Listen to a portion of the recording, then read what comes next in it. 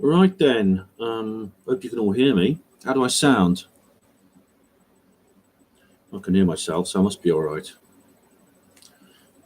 Let me just test this microphone. Which mic am I using? Oh, right, I'm using this one. No need for that then. I should have. I normally get the. I normally use the other camera, but I haven't got it this time. Anyway, got 4 watching. I'll just share this. There we go. On Twitter.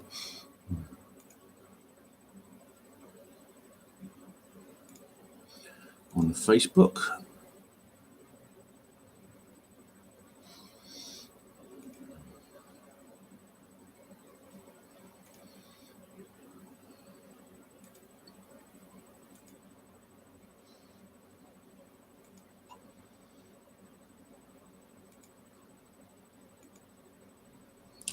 Right, is anyone there?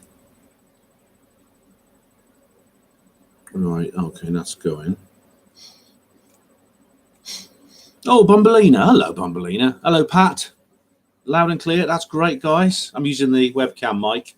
Is the quality any better? Do you know? Is it? I think it can't be any better. But if it's all right, I'll use the webcam mic. But hope you're okay, all of you. And Vanya, hello. Hi, sexy. Hi, sexy. How are you? Hi, Vanya. Hi, Pat. Bumbleina. I've got 17 people watching already. That's really great. That's really great. How are you all? Hope you're all right. Thanks for tuning in last. Hello. Hey, Pride and Dignity, Brother Porter. Because we got a Brother Porter in the chat box. Hey, we Porters get everywhere, don't we?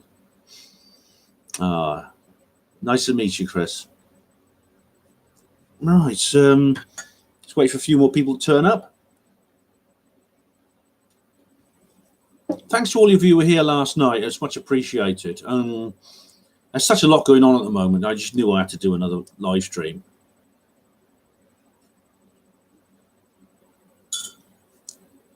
Stephen, hello. I trained you, Chris, did I? Have we met? So I'm just taking. I forgot to do this with my phone. Hang on. Edwardian lady, hiya. How are you? And Chris, I didn't know that. Thanks for joining us. And videos from the underground, Edwardian lady. Videos.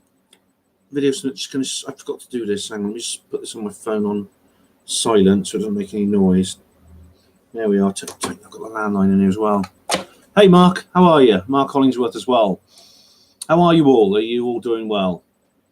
17 people watching. That's great. Webcam's flickering again. It's all flickering. Well, thanks very much. I was doing training. Back care, etc. I'm Elfscrunch. Oh, right. Are you? Hey, Chris, that takes me back a long time. How's the family? Are they all right? I do remember hospital porting is often a multi-generational thing, it's like Iron Man Spartan, greetings. I thought I got this very appropriate t-shirt. I thought in 1984 was not supposed to be an instruction manual. Oh, I thought I'd wear that. It seems to be quite appropriate for the political situation we're in at the moment. Simon, hello. Hello, Simon Jandro. It's going a bit Pete Tong, or are they all in this together? It will take us out with a no deal. That's some of the things we're going to be talking about, Simon. It will take us out with a no deal. That's what Maya Tusi says. Yeah, that's it. Hello, Hugo. Hi, how you doing? Thanks, Iron Man. I thought it was apt. I thought I'd wear this because it's kind of apt. Anyway, how's it going? They're rioting in Chile at the moment in South America because someone put the underground fares up. Doesn't take much to get some people going, but we British tend to be so sedate. Well, we've got to get out of that. We've got to get out of our sedentariness. And I think Brexit is one thing that's woken us up. UK political situation, says videos. Everyone is gaming each other to get their way. Yeah, it's depressing. It really is. It's tedious. It's getting really annoying. I mean, I don't really want to keep dwelling on it. I want it to get it over with. But it's so important, and I've got to deal with it. I've got to cover it. It's inevitable. Chris, how's the family? Are they all right? Because that's 3 generations of hospital porter I've served alongside within the family, within Chris's family. Yeah. How's your dad and Alf? Are they all right? Get your pitchforks out, says Stephen. Yeah, definitely. Really should do. I mean, torches, pitchforks, let's go and kill the zombies. Yeah. Not the ones that are supposed to be appearing if there's a no-deal Brexit, but the horrible ones they got in Parliament right now. Mr. MT, hello. I can see this unfortunate story happening. Second referendum incoming and us losing. That is part of the plan. That's what some of them are after. Although the Ramonas can't seem to make their minds up what they want to do. We had Joe Swinson the other day talking about a second referendum. She wants to go one step further. She wants, she just says revoke Article 50 straight up. So, yeah, I mean, Mr. MT, that is their objective. That's where they're trying to drag things towards at the moment. And we've seen it an awful lot today, I'll tell you. Because a hell of a lot's happened. Today's not what I thought it was going to be. So, anyway, let's have a look at the news. What's been happening? Oh, what's happening here? Oh, I just got to let someone know. I'll just let someone know I'm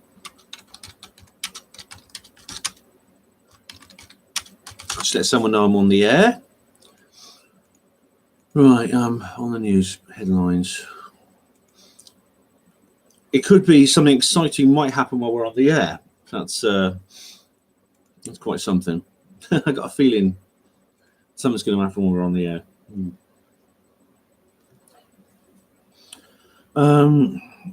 I'm not Spartan. Did you hear about that couple in America who built the world's largest spirit board? Sick people. Spirit board. What's a spirit board? Do you mean a Ouija board? I've not heard of that, Iron Man. No. Ooh. Now, Stephen says, I no longer respect these acts of Parliament, if I ever did. No, the Parliament is really... one thing I'm really looking forward to is the next general election. I mean, I think if Brexit is delayed, it's going to be even worse for them. Hello, Sonic Lady, how are you? If Brexit is delayed, it's going to be even worse. It's going to be far worse for them. Better for us, probably, if there is a general election and there's a delay in Brexit. But I think they hopefully will be shafted anyway. Only major electoral fraud will save them, and I know Corbyn will try that because Labour are the worst offenders for that sort of thing. Vanya says, I would be very surprised if Boris delays it, as he just wants it through there with or without a deal. Yeah, I mean, I'll come on to that, Vanya, because something amazing. Boris was really quite amazing today in Parliament. Stephen says, Ben, spirit boxes do work. Spirit, I know. Stephen, Nigel Mortimer uses one a lot. I mean, yes, a Ouija, the world's largest Ouija board. Oh, dearie me. Yeah, that could conjure up some big spirits, couldn't it? Some big nasty ones. Anyway, guys, 28 people watching. So I'm going to read the lead off. It won't be very long. But as before, always remember that when I finish the lead off, I'll just go and I'll get rid of the trolls and then I'll start answering your questions. But I won't necessarily, can't promise to answer the questions. I can't promise to answer your questions which you post while I'm reading the lead off, because otherwise I have to go back to the top and there'll just be too many of them.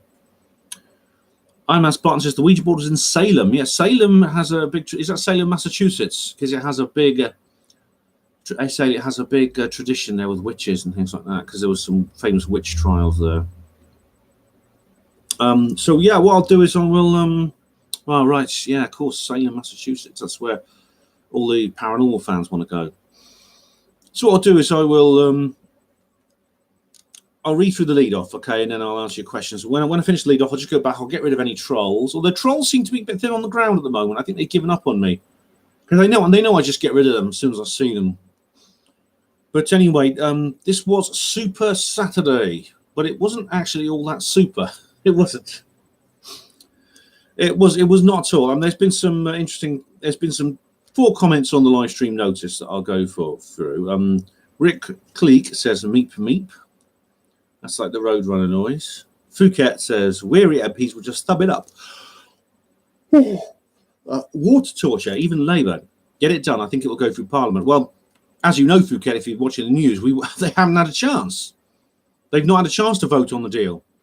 Diego Rivera says, fake exit. Yeah, well, Diego, we've been through that. Cosmic Claire says, more Ramonas kicking it down the road in the hope of finally killing Brexit. They're playing with fire. Yes. A good summary, Claire, definitely. Anyway, I was also like, had the popcorn in, ready to watch the fun as they voted on the deal. I wasn't sure what was going to happen. I mean, I wasn't even sure. Actually, when I was pondering this at work today, I was thinking, I'm not sure if which is the best. Would the deal passing or the deal being rejected be better from our point of view? I'm not sure. I mean, Maya Tusi said it'd be better if they just turn the deal down. Other people have been saying, no, they should pass the deal. It's the best thing. I wasn't sure, to be honest. But anyway, it's all academic because Oliver Letwin put in his amendment, which became known as the Letwin Amendment, which has been described as one of those Brexit ideas which is too clever by half. If it effectively renders today's Saturday sitting in Parliament meaningless at a time when the country in the EU needs to know whether Parliament accepts the new withdrawal deal or not.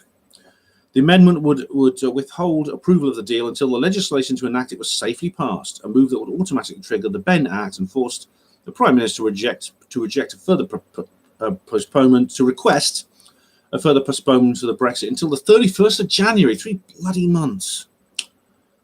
Anyway, so what it was, the Letwin Amendment just said that no, what was called a, and was it the deal of approval? What was they called it? I can't remember what the actual terminology is, but basically it's the final approval of the deal.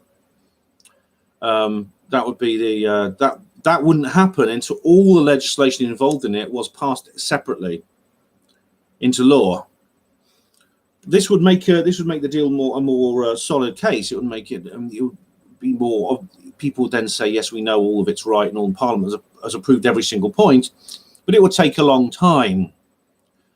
It would basically have to be rushed. I mean, it could be done before October the 30th, before October the 31st, if the government really rushed it through. But of course, the point of the Letwin Amendment was to make it unworkable. And they're not going to rush. They're going to drag their heels as much as they can. That's the point.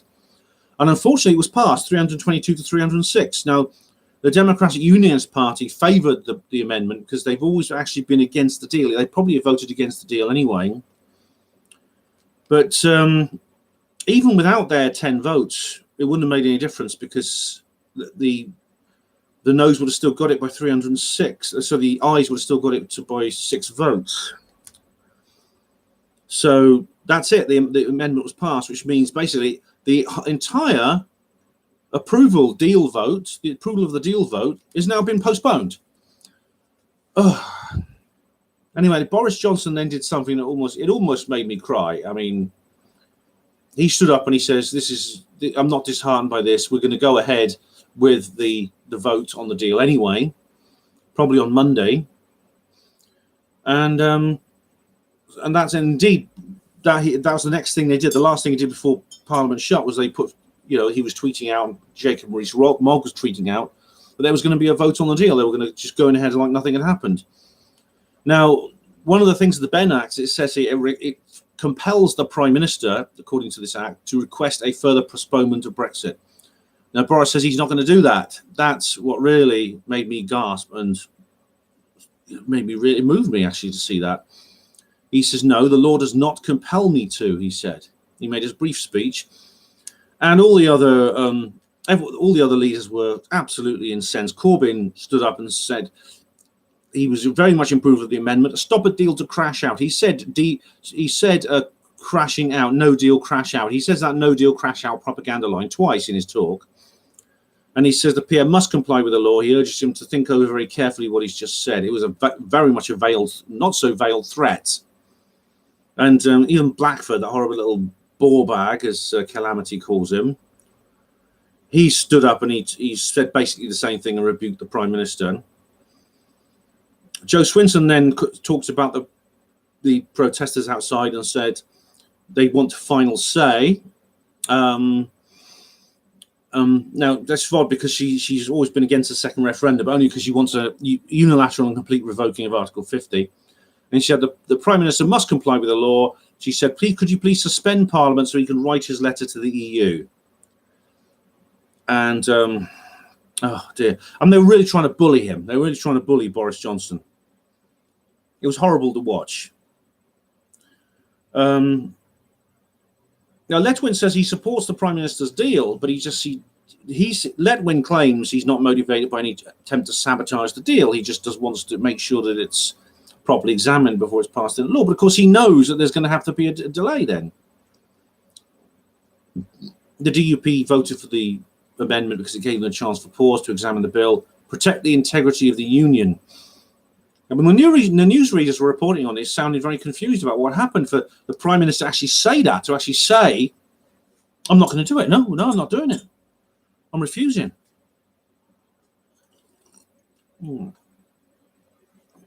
Anyway, he's got until 11 p.m. tonight, 2 3/4 hours, to formally request a delay from the EU. Now, according to the letter of the law, this Surrender Act, which is a much better name for it, even though he's repeatedly saying we're leaving on the 31st, let's just see what he's actually tweeted, see what Boris has tweeted. Let's have a look. Because he's tweeting every damn day. Boris Johnson, he's not tweeted for 5 hours. Boris Johnson's negotiated a new deal. Now it's time for MPs to come together and back it. Hashtag get Brexit done. Now that was the last. Excuse me. He tweeted 6 hours ago. Let's go for a deal that can heal the country, allows us to believe in ourselves once again. Get Brexit done.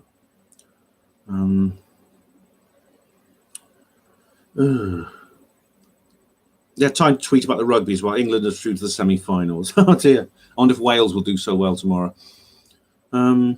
So he has been he's not tweeted much lately. I don't know what's happening. The news is still not saying anything. He just said PM vows to press ahead despite Brexit delay defeat. He is, yeah. So this it says it's not yet clear what Prime Minister Johnson intends to do, but what options might the government be looking at? Now there are several ways he can get out of this. 2 letters. The law would force the Prime Minister to request the extension via a letter. It even sets out the exact wording. One idea that has been flouted is for Mr. Johnson to follow the rules and write a second letter telling the EU countries he actually does not want an extension. This could lead EU countries to decide not to grant the extension, as it would be clear that it's not what the UK government actually wants. In this scenario, it is possible the EU could simply ignore the second letter and just grant the extension. I think that's what the Ramonas are hoping they'll do. Persuade someone to reject. Any extensions of the Brexit deadline will have to be agreed by all EU member states. So theoretically, Mr. Johnson could comply with the law by writing the letter, but persuade just one country to veto it. But persuading a country to side with the departing UK over their European neighbours could be a long shot. I don't know. It's awful that all these European Council. Last time they wouldn't veto. Would they this time? Ignore the law and wait for the courts. The most simple option, I think, simplest. The BBC have terrible grammar. They really do. The simple option is for the Prime Minister to sit on his hands and refuse to write a letter. This would almost certainly lead to legal action, and constitutional experts have suggested he could face almost certain defeat. Mr. Johnson could bank on the legal protest taking over 12 days to complete, which would take him past the Brexit deadline before being asked for an extension. One option is open to MPs who oppose a no-deal Brexit is to defeat the government in a vote of no confidence. In this scenario, an alternative government could emerge and take over from Mr. Johnson if it can prove it has the confidence of the majority of MPs. This is pretty bad. By convention, Mr. Johnson would visit the Queen to resign and recommend the appointment of whoever the leader of the alternative government is. I've got an awful feeling it will be Jeremy Corbyn, but Johnson won't recommend him, but it could be him.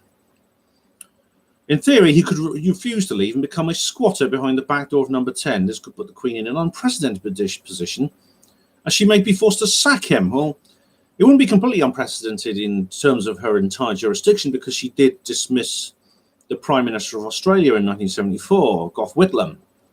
But it's never been done to a British Prime Minister, only to like another someone in the Commonwealth.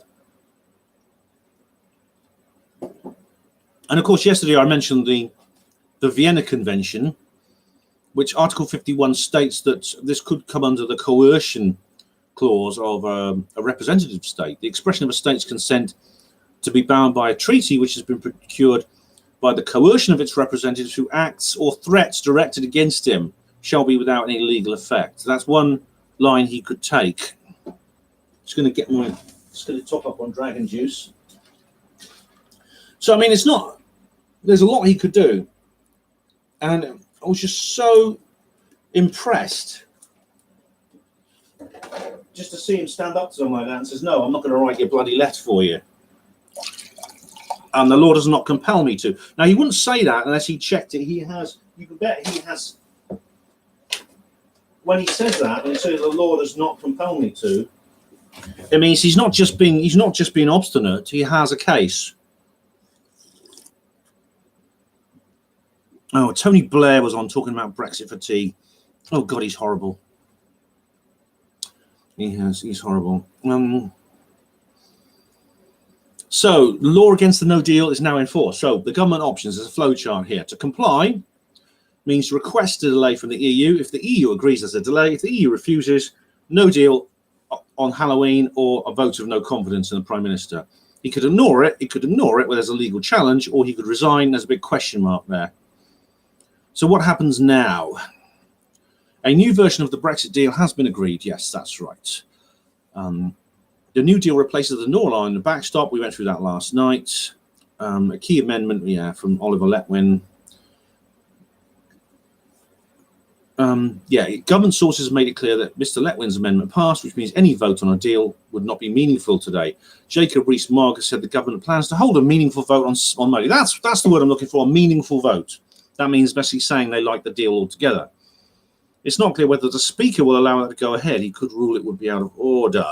Out of order. Oh, he's horrible. He's that little squit, isn't he? Burko. There's going to have to be some serious amendments to the Speaker's role in the House, the way he's been behaving. Another option is for the government to press ahead with legislation to implement the deal next week. That could also remove the need for a separate meaningful vote. But then they've got an awful lot to get through. They're going to have to rush it, and the Ramonas are going to be, they're going to be putting the brakes on all the time, aren't they? You're dealing here with a bunch of kids, like a bunch of little toddlers. I don't know if you did this when you were a little toddler. The little kid who's in his pushchair and he's going, and his mother's trying to push him along, and he reaches down, he puts the brake on he pulls the brake on with his hands, just to be obstinate. So, If Mr. Johnson refuses to write the letter asking for an extension, it's likely he will face a legal challenge. The Court of Session could rule as early as the 21st of October. You can bet that they'll be rushing. If he really refuses, they'll be rushing to get that legal sort. They'll be that done as soon as possible. If the EU refuses to grant the UK delay, the Brexit, then Parliament has until the 31st of October to pass a deal and the associated legislation. Otherwise, it's crashing out with a deal. In other words, just WTO Brexit, which I think is probably the best option. The default position is still that UK will leave the EU on the 31st of October at 11 p.m. And that is Section 1 of the EU of the Withdrawal Act, and that's still in force. This is why Boris. I tweeted at Boris. I said, just tell them to go to hell. You're obeying the law. Even if the Prime Minister requests an extension, there's absolutely no guarantee the other EU countries will agree. But Laura Kunsberg was saying he can't imagine, if he really sincerely asked for a delay, she can't imagine them saying no. However, he won't. He could always write to them and says he doesn't really want that. I mean, that could be an option of his. Oh. So if the Ben Act, the Letwin amendments, ironically, might make a no deal more likely, someone has said, if they don't implement the subsequent legislation, they don't have time, then simply the act will not, the deal will not be passed into law, simply because there won't be time, and then you'll get a WTO Brexit anyway.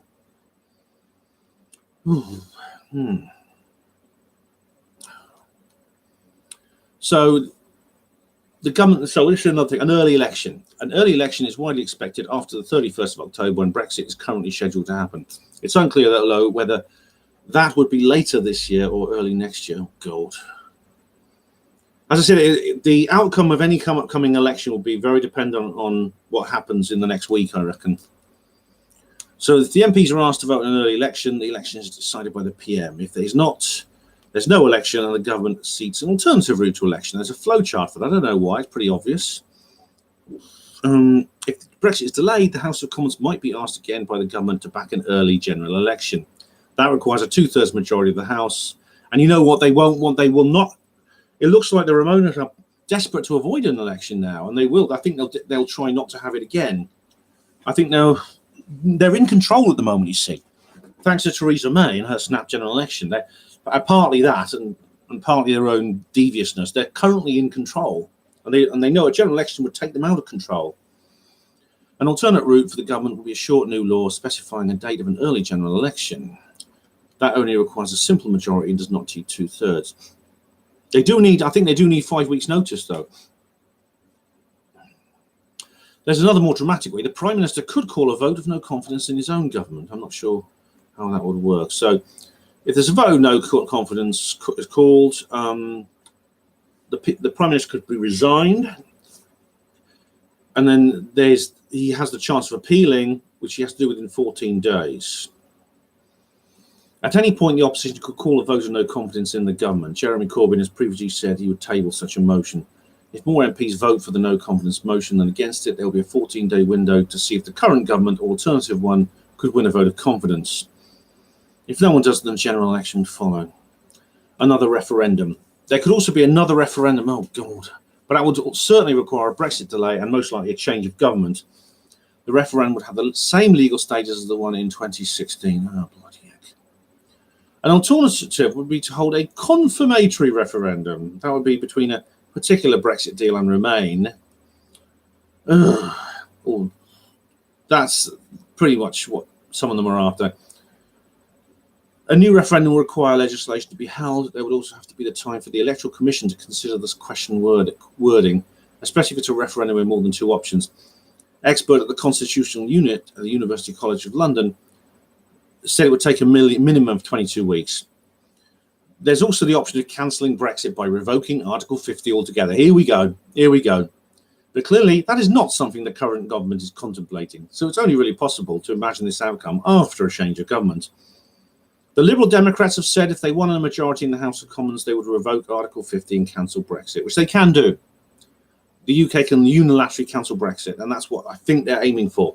What we're seeing clearly here is this is one mighty spanner in the works, this whole thing.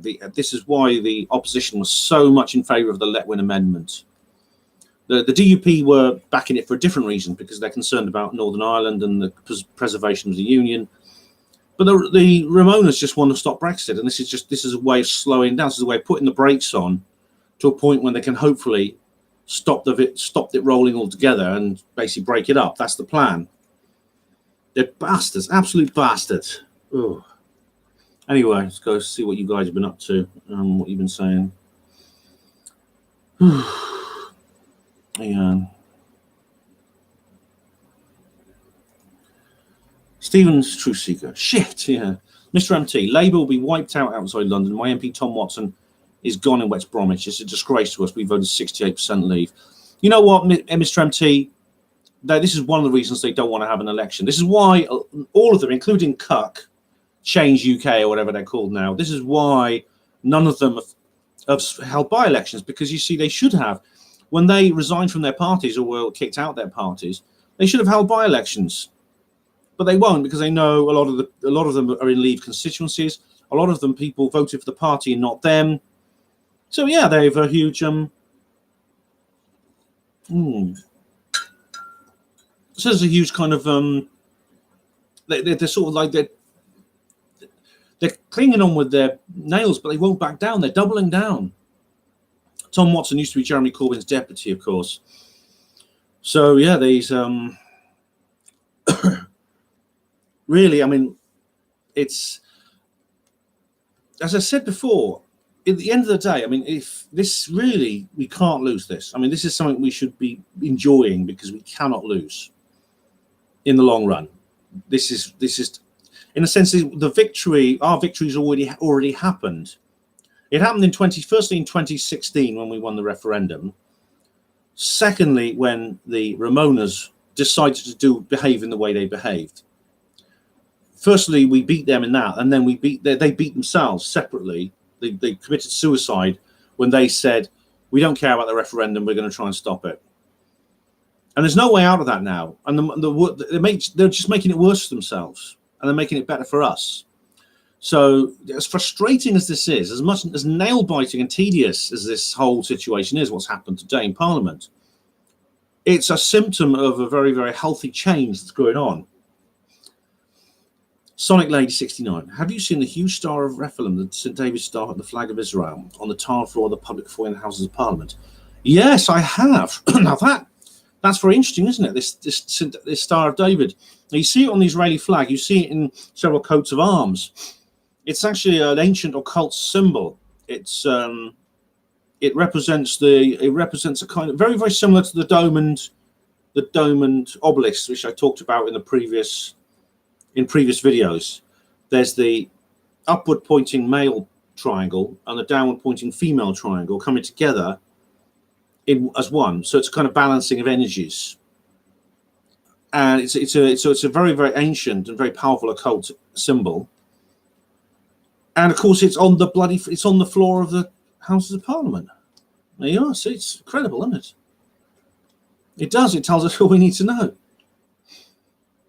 Stephen says they should all have their wages cut. Oh, Stephen, unfortunately, MPs can vote for themselves how much they get paid. So obviously, they're not going to vote to cut their wages, are they? Unfortunately. Pat Wright, didn't the 2017 eclipse pass through Salem? Yeah, Pat, it was another Salem. It was actually a Salem, I think it was Washington State or Oregon, somewhere on the west coast of the United States. And it first hit land at Salem there. And I thought that was very odd. I mean, it's not the Salem. It's not the same Salem in Massachusetts where the witches were, but I just thought it was very odd it was called Salem, that name, Salem.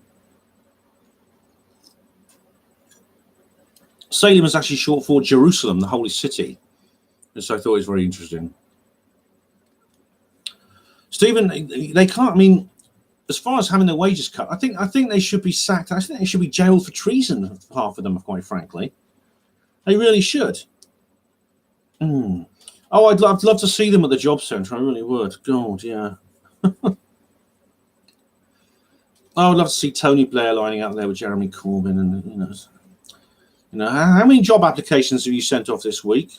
Oh, we're going to sanction your benefits. Yeah. John, hello from Ireland, says John O'Neill. Hello, John.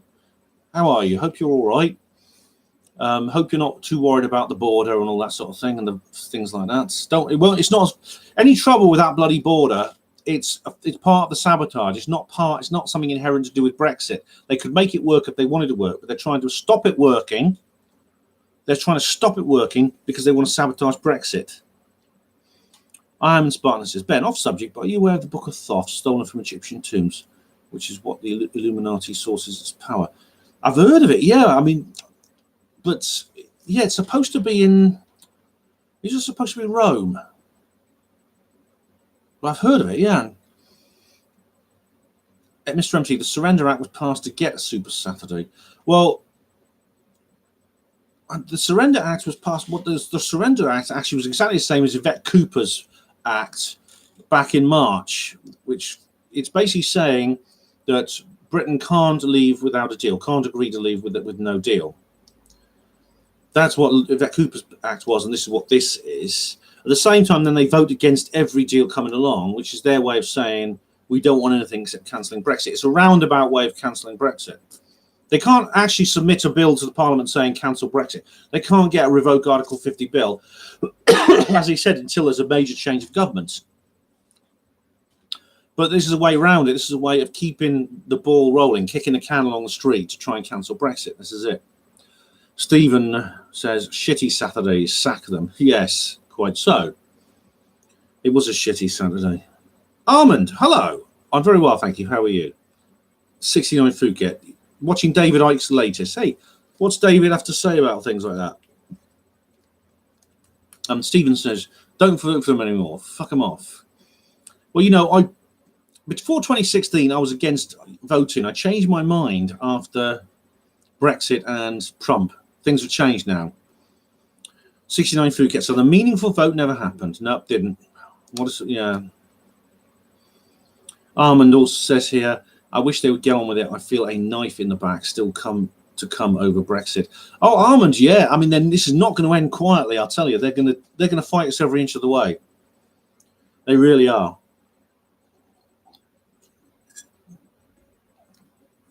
Stephen said, Ben, Boris was one of these Illuminati bloodline men. Now, his background, he is actually related to some aristocracy. I can't remember what it is. I don't know if it's Illuminati. Although I know he is maybe part of the clan, Stephen. But his behavior is extraordinary. His behavior is someone who is honestly, truthfully fighting back. I don't think it's just for show. I don't think it's just four-dimensional chess. He's definitely thrown a spanner in the works.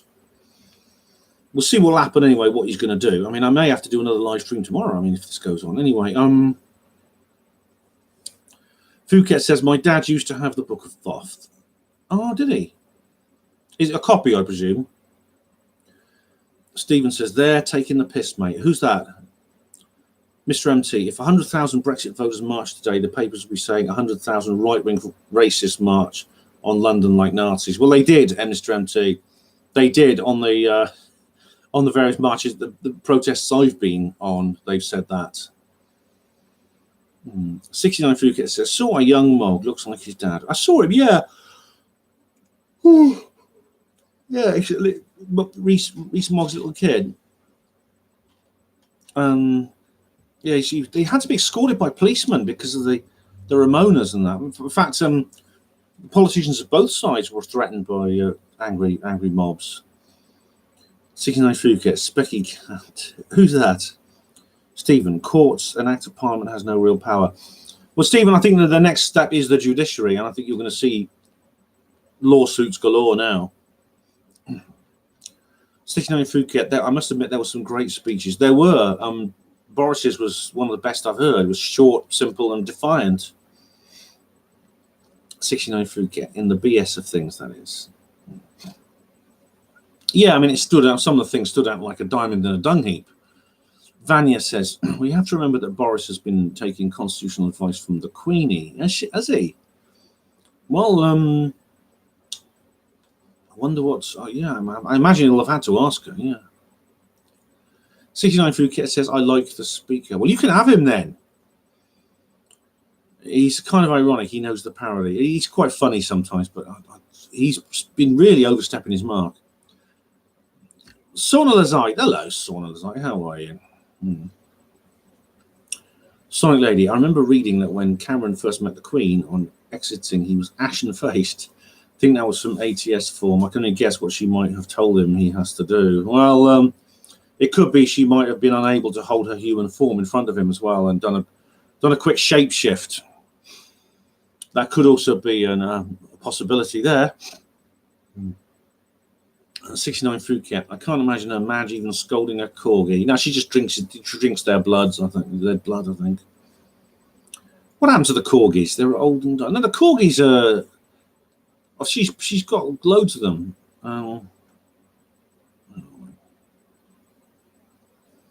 She's bought some new corgis, I think.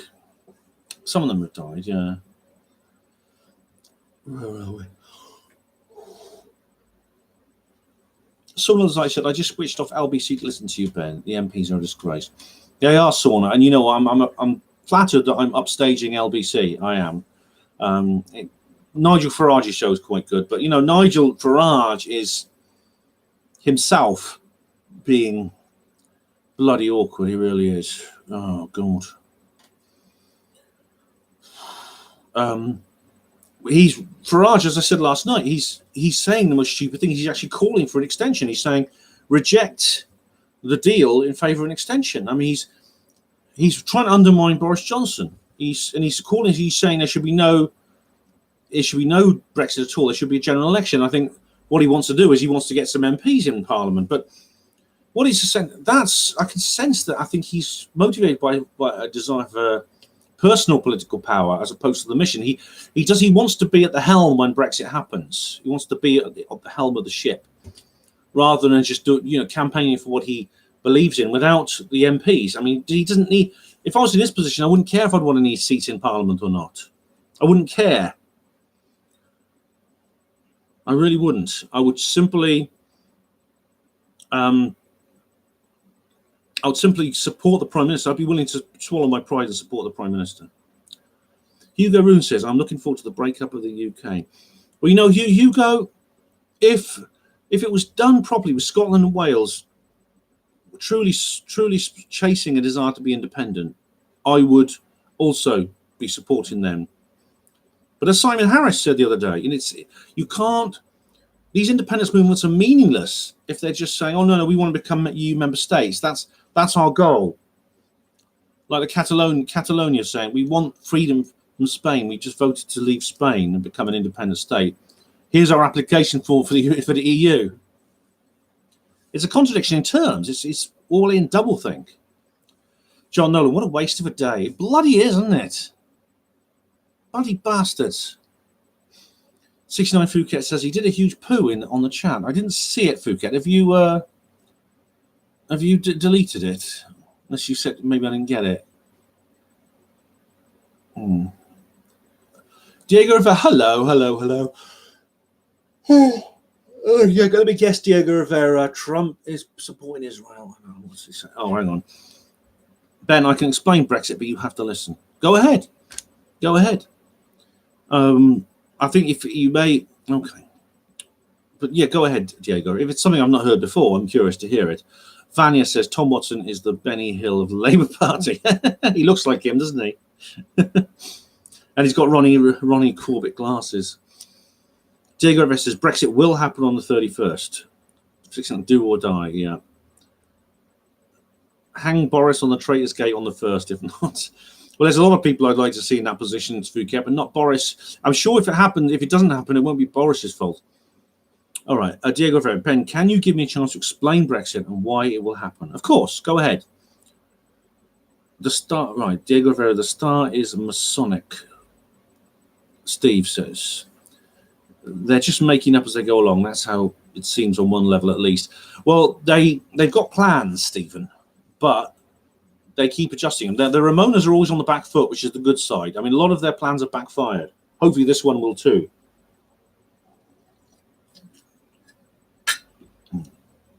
Videos. Freedom is scary to the Ramonas.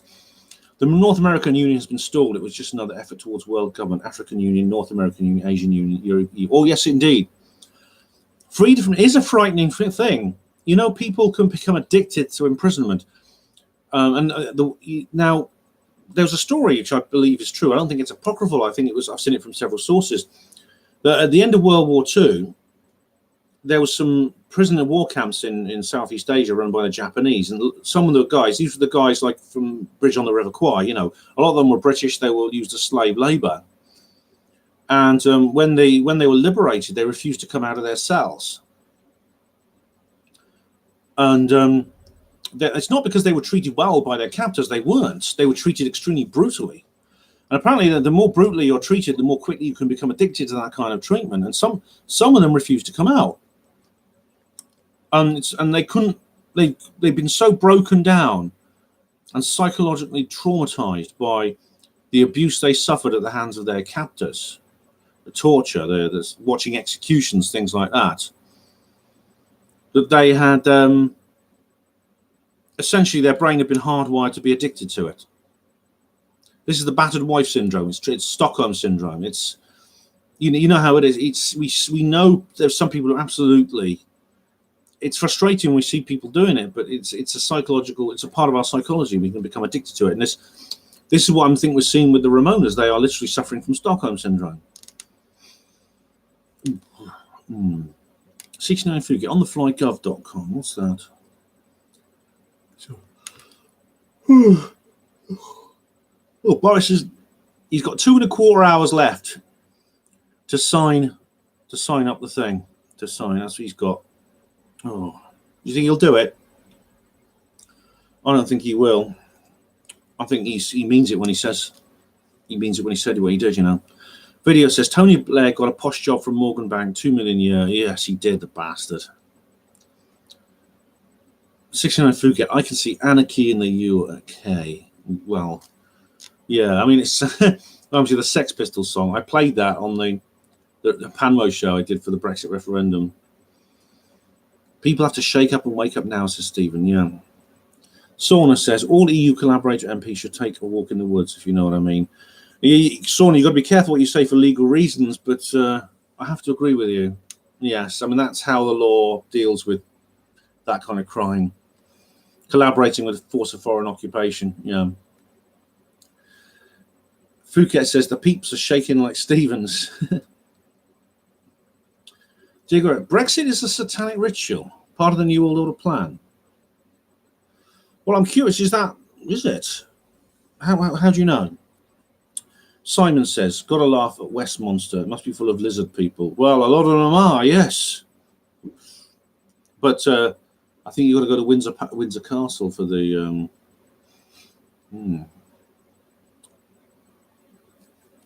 For a lot of the... I think that's where you get the biggest reptilians, I think. Anyway, Stephen says, it's an act, it's a show. I don't think it is. Sauna, Boris's grandfather was Turkish. Yeah, he was related to Erdogan. He was related to him. The current president of Turkey. 3 cats. Meow, meow, meow. Boris is related to the Queen. If he isn't, I think he's human. I think he's the human part of the family. It's the Crafties. Hello, Crafty Nihilists. How are you? I'm not tired. I'm not. Okay, Diego Rivera. Brexit is a Rothschild satanic ritual. It happened on the 31st. 12 European. Oh, so because it's Halloween, is that it? Brexit is Rothschild satanic ritual. It happened on the 31st, 12 European time, the witching hour. That's right, midnight. That's right, midnight European time, 11 British summertime. That's right, or Greenwich Mean. 11, a Masonic number. All right. Halloween, 11 p.m. Halloween, midnight European time. That's interesting, that. Yeah.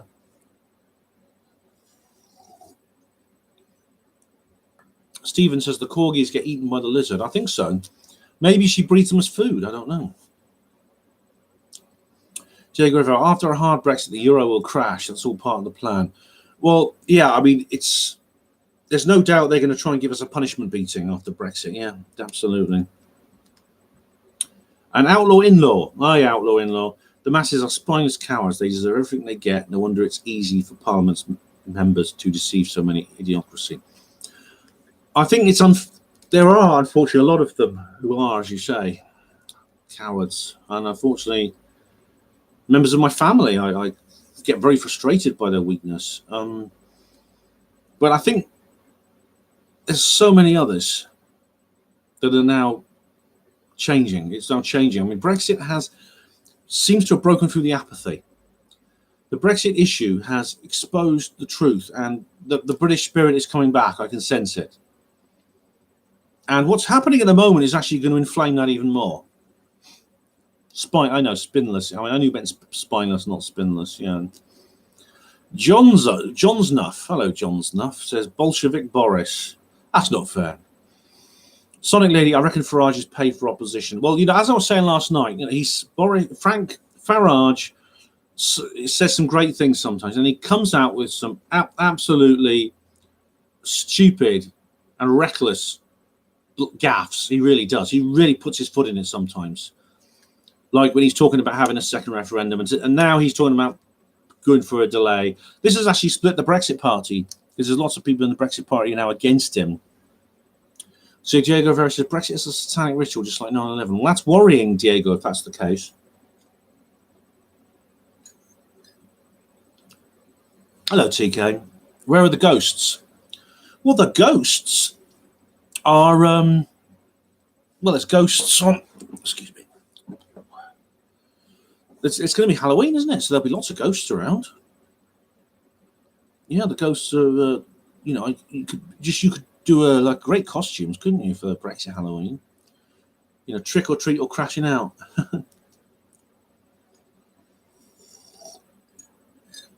Stephen says the ghosts are in Parliament. Yeah, you can bet that place is haunted to pieces. Where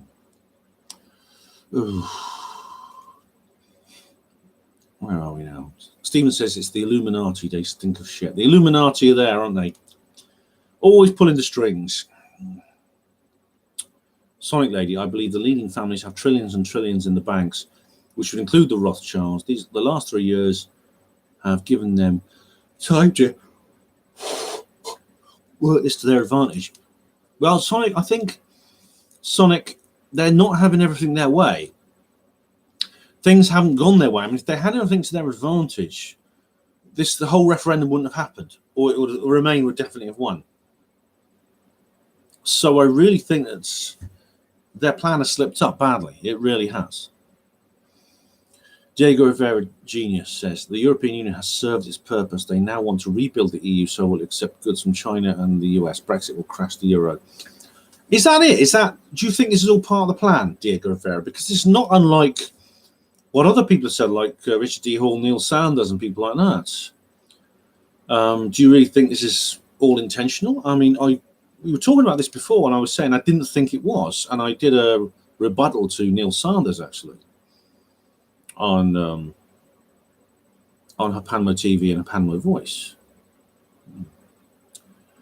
Diego Rivera says the BBC logo for Brexit is a satanic star. Is it? Let's have a look.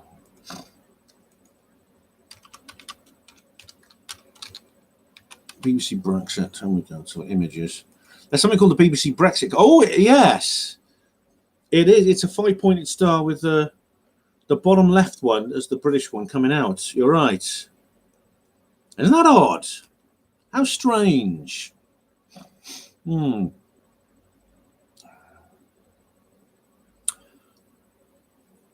says Sainsbury's stopped selling micro bombs. What's that? Diego Rivera, the date, the 31st, is a reverse of the 13, and October is the month of the Church of Satan. All right. Diego Rivera, did you know I was born on the 13th of October? Had my birthday just last Sunday. Margaret Thatcher shares my birthday, incidentally. And Paul Simon. TK, show me a ghost or get a ghost to come and spook me, and I'll believe in all this nonsense about ghosts and aliens and the Illuminati. Well, TK, it's not nonsense. All the things you just mentioned are real, and I've discussed these in various videos, and I've addressed the evidence for them. Sonic, the Star of Rephilim is part of the floor decoration is in the Houses of Parliament. That's odd, isn't it?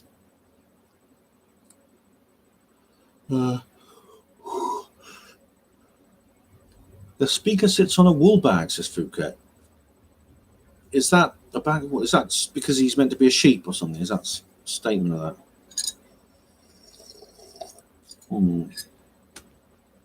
John Snuff said, Al Jazeera did an interesting doc a while back called The Lobby, 4 episodes of undercover footage within the Labour Conservative Party. All right.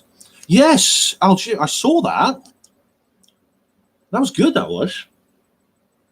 Yeah, what's it? I've got to find it because it's bloody good. There was one about how they're making up stories, they're making up fake stories of anti-Semitism. Where is it? Here we go.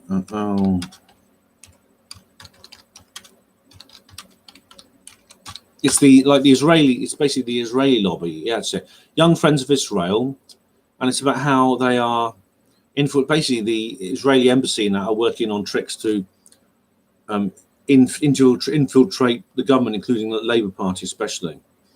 So you get all these stories about anti-Semitism, for example, Luciana Berger and those people, and how that brilliant Mir 1 mural of the Illuminati pyramid in London was anti-Semitic. And that's what caused the breakaway group, which became CUC, which Berger led with all those other idiots. And there's And it was all about that. It was all about. It all came from that, and apparently it all leads back. And Al Jazeera exposed that they're just making out that there's the people are always anti-Semitic conspiracy theories, etc. Like the Mir 1 mural is anti-Semitic, even though there's nothing about Jews in it at all. But I mean, if there's any anti-Semitism, real anti-Semitism, that is hatred of Jews in the Labour Party, it probably comes from the radical Islamists that are in the party.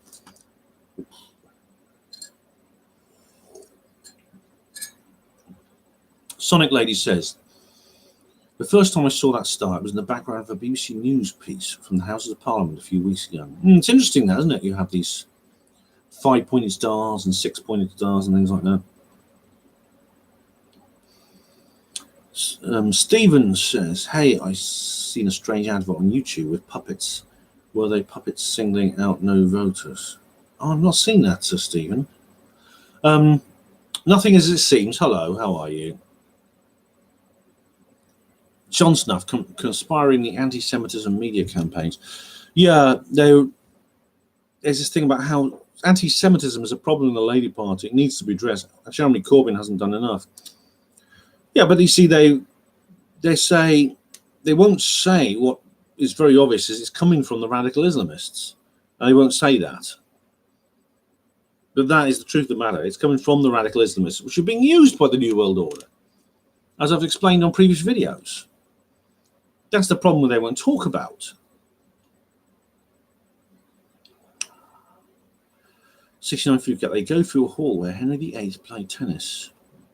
Right. Is that in Parliament? Nothing as it seems. Says, how old are you, Ben? Oh, I was old the day I was born, and I'll be young the day I die. That's it, nothing. Yeah. Sonic Ladies, Supreme Court UK top seating area is in the shape of an eye. That's right. And there was that, what's her name with the spider brooch on the spider lady? What was her name?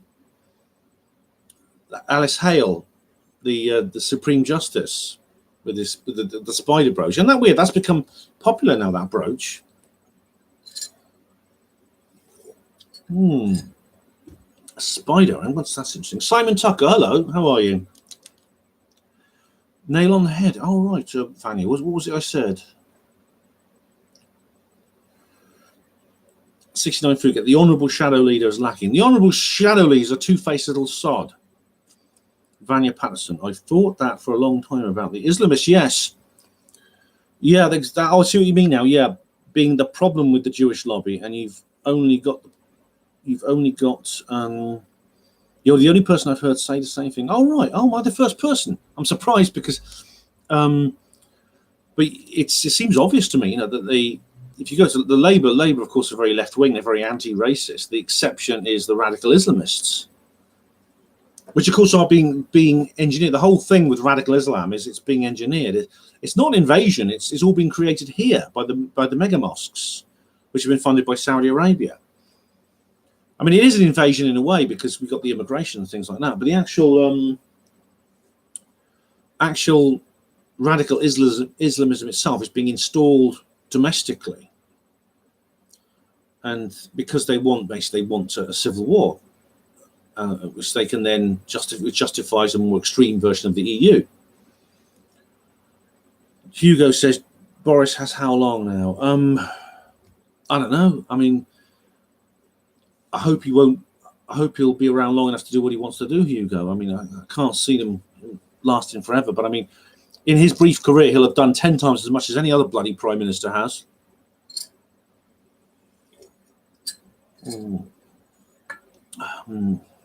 Diego Rivera, Brexit is the start of World War III, and Boris Johnson is flickering again. It's being portrayed as Churchill in the media, and Boris wrote a book called Churchill Factor. He will take us into World War III with Iran.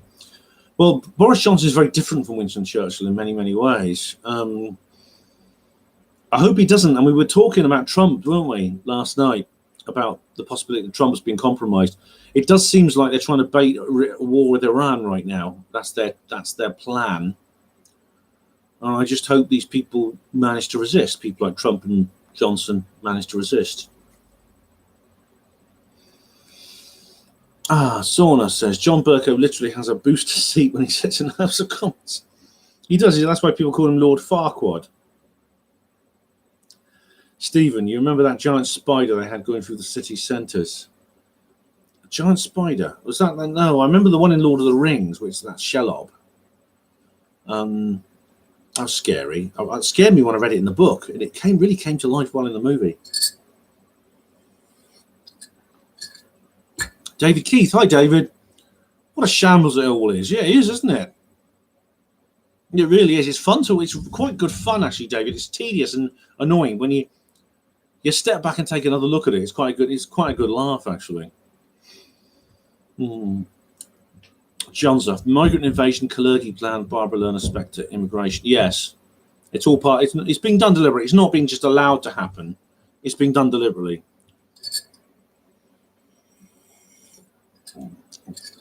Um, 693 here. Come by army lord. Oh, come by my lord. Yeah, come by 69. Oh, this is why you asked for if anyone's got a guitar, didn't you? Let's have a little jamming session, shall we? He's got the whole world in his hands.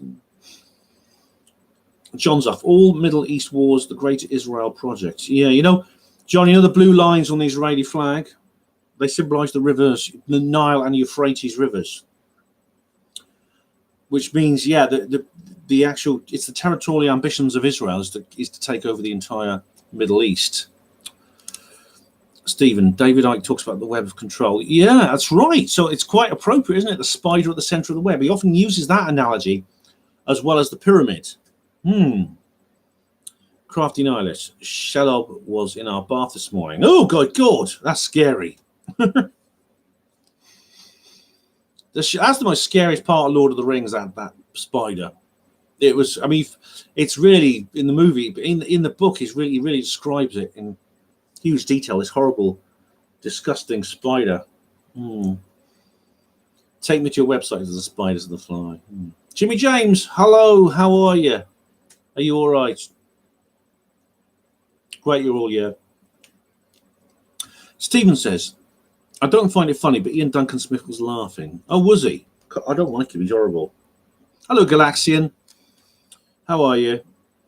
Oh, I'm glad to see it, brother. Well done, Jimmy. Glad you're doing all right.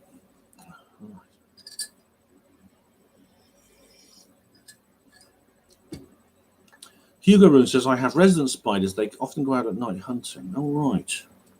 So, Hugo, I mean, do you keep them in, like, are they pet spiders, like tarantulas, or what are they? I mean, my brother used to have a tarantula. Hey, Dave Altman, how are you? Are you well, Dave? Nice to see you again. Jimmy James, the new channel is going well. Oh, good. YouTube being buggers, restricting subs and downgrading views. They do that with everyone now. Everyone who doesn't just want to make cat videos. Unfortunately, Jimmy, that's what YouTube are like. Are you on BitChute? I tried to search for you on BitChute. I couldn't see you. It's worth get onto BitChute if you're not there already. I think you said you had a channel. Stephen says, I do believe giant spiders have or still do exist. Well, you know, Stephen, there's people have reported them. I mean, it's in it's book of a paranormal. I had this book of the paranormal and cryptozoology, and they were talking about giant spiders. That was scary. That was.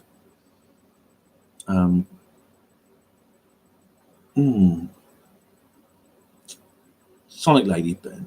That Lady Hales Brooks, the spider in Satanism is linked to treachery and death. It is the trickster. Well, that figures, doesn't it, Sonic Lady? That's just the perfect thing for the Supreme Justice to wear in that particular court case. So, yeah, it all means something, doesn't it? I'm glad you're all right, Dave. Thanks for joining us. Hugo says, just local spiders living in his house. Oh, yeah, well, I've got a few here too. I just leave them alone. I mean,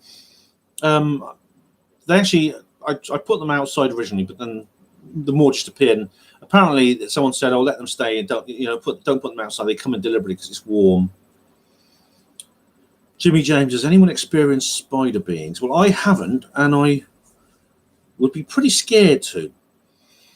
Jimmy James, yeah, it's worth getting on a BitChute, definitely. Don't put all your eggs in the YouTube basket, certainly not. Jimmy James says, I'm only 3 uploaded to BitChute so far. Funny enough, I had to approve that comment, the one which had BitChute in it. That says a lot, doesn't it? BitChute is now a swear word on YouTube. Hmm. Stephen said, Michael Tessarian talks about giant spiders living in the tunnels after the Great Flood. Ugh. Now, Stephen, you're going to give me nightmares, mate. You really are. 69 Food Get 50s flicks had huge city munchers. Yeah. Oh, there's some great movies in those days. Sauna says, remember Doctor Who and the Planet of the Spiders? They were revolting. Just Google them. Oh, right. I remember that. Let's have a look. There we are. Planet of the Spiders. Let's have a look. Oh, my God. Ugh. Yeah, that's scary. Let's have a look. Oh, it's where the Doctor regenerates, isn't it? Yeah. Let's have a look at a quick video of this. Oh my God, I was ads first. But yeah, I mean, spiders have a kind of oh,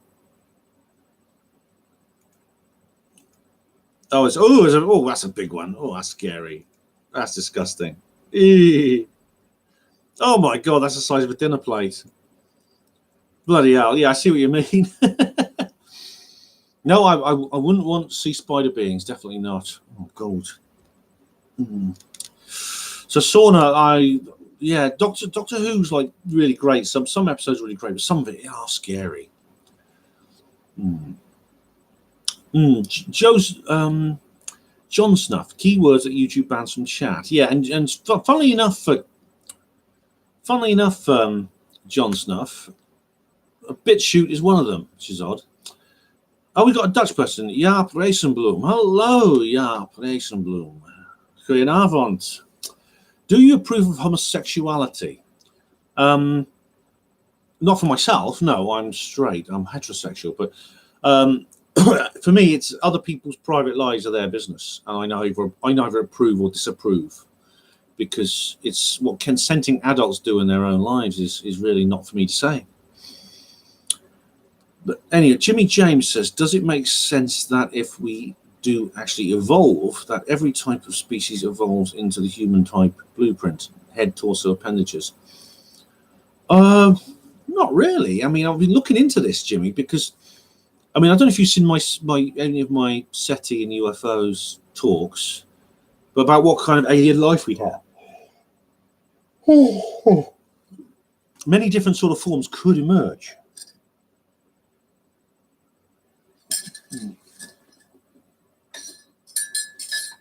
So I'm not sure, actually. I'm not actually sure. But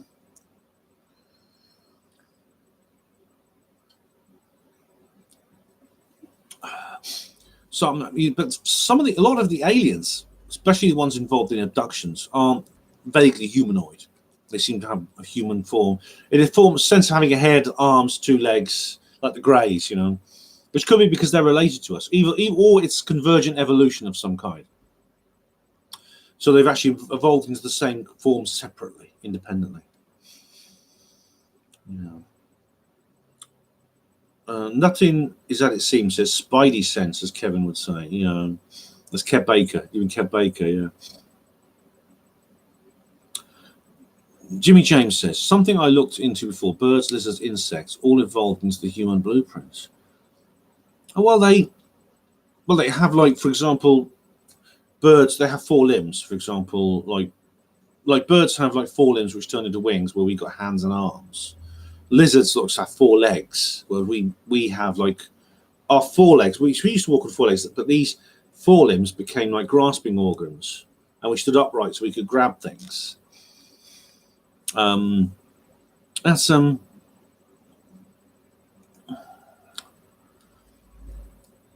So, but it's not the same as the human blueprint. Like, it's funny enough, the grey aliens have that human blueprint, even though they're not human. Jaap Racenbloem says, sexy bastard, do you approve of homosexuality on your asshole? No, not on my ass. Oh, that's a stupid comment. Just going to get rid of that. Sorry, yeah, that's ridiculous. And I've answered your question. 69 Phuket, very beautiful and weave amazing stuff. You're talking about spiders.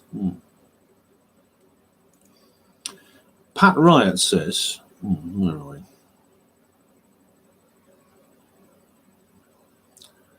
we? I thought I saw a giant spider recently at a Tommy rally. It turned out it was just 4 Antifa twats. Yeah, no problem. No problem. Because yeah, hold on a minute.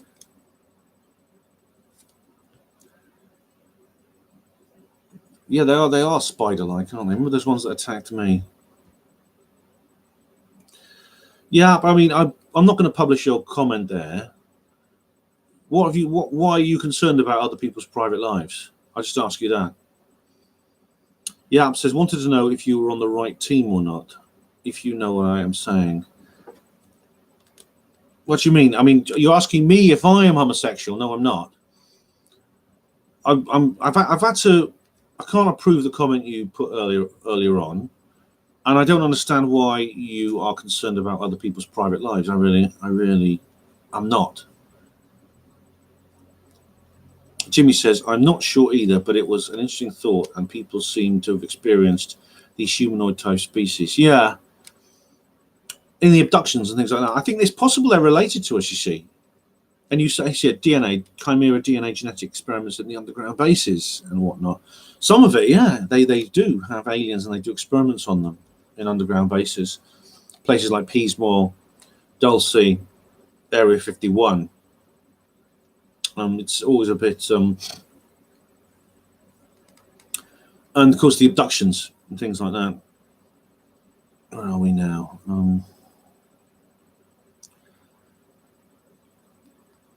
69 Phuket. Love or hate it, Japan is a good documentary. Japan's a country. It's also kind of like a new romantic band from the 80s as well. Stephen says they used to take people back after the cataclysm and after the fall of the planet Lucifer. People who survived lived underground. Sarian says it's our collective mind fear of spiders.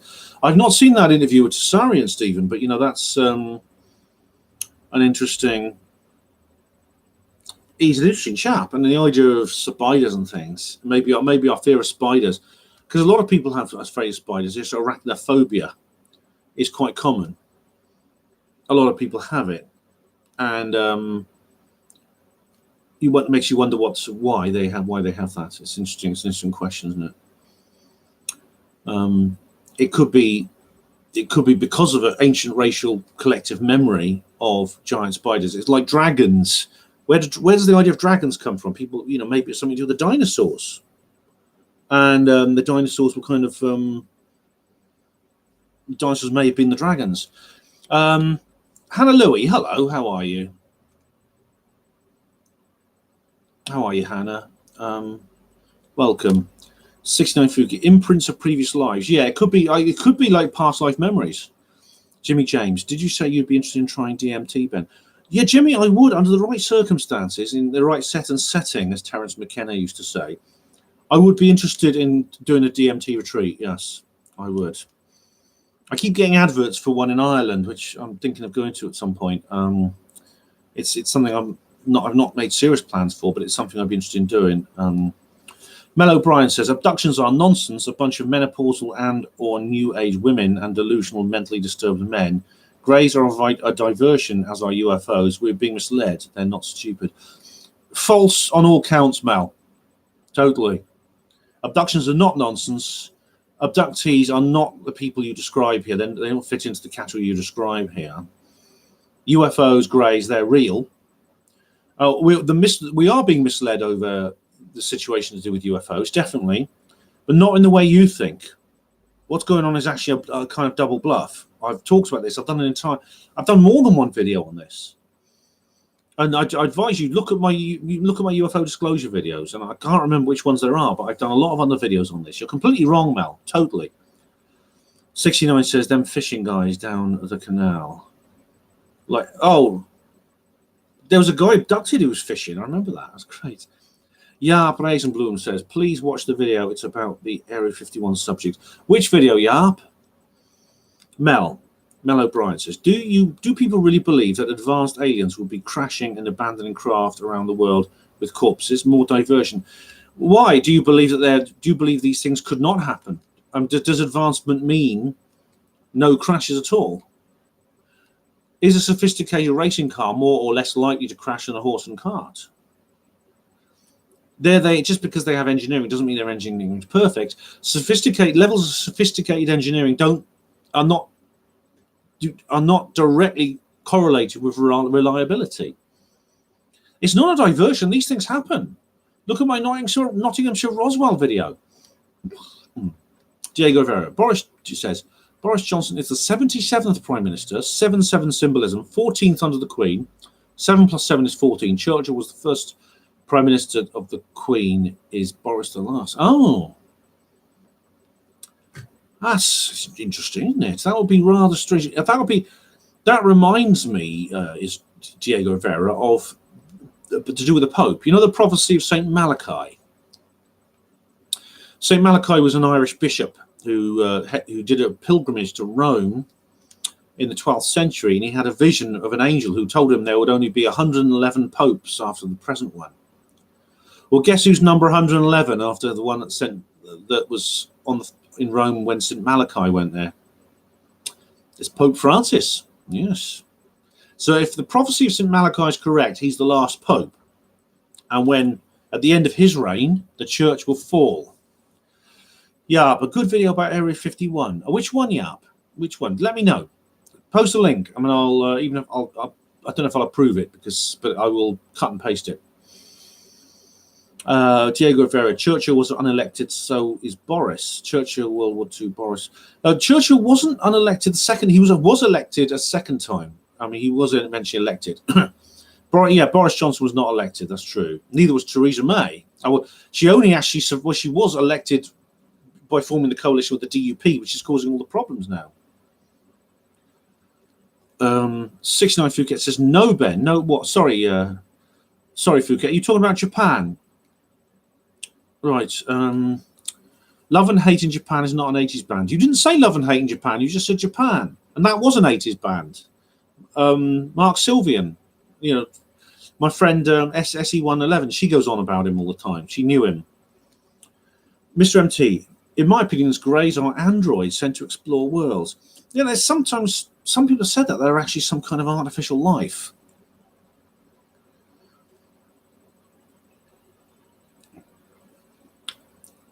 Stephen, here we go. Stephen says, hang on, Mel O'Brien says, there is nothing of interest to UFO researchers in Area 51, another diversion. I think there is. I think of the alien entities as the Wizard of Oz when you're getting closer to the truth. No, there is a lot of interest with UFO researchers at Area 51.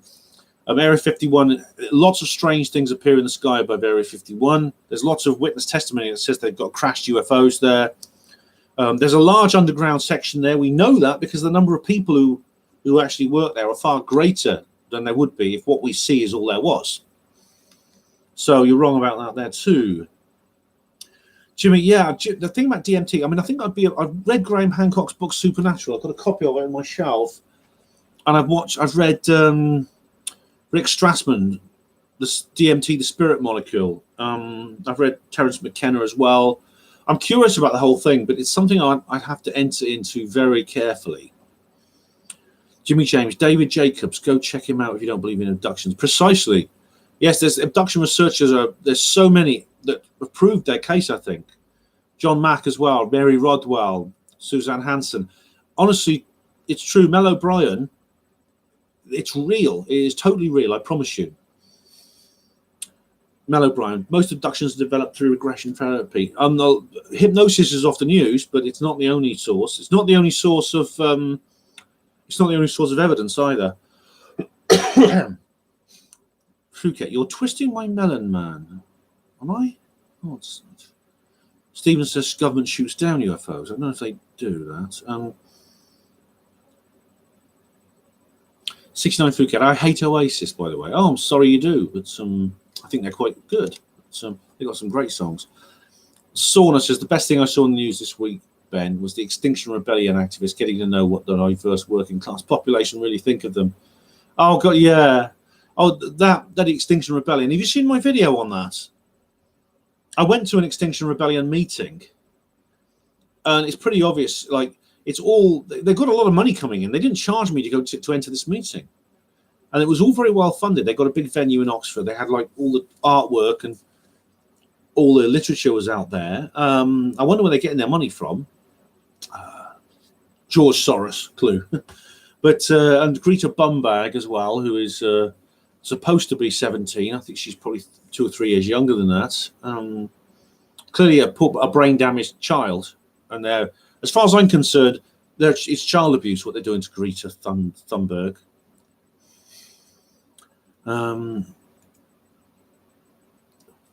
Right. Jimmy James, how did it work for you when you started live streaming, brother? Oh, right. Well, Jimmy, I saw you were doing a live stream test earlier on. YouTube has a system where all you need is a webcam, and it has a house live streaming service, and you just click go live, and it's quite easy. It's quite easy to do.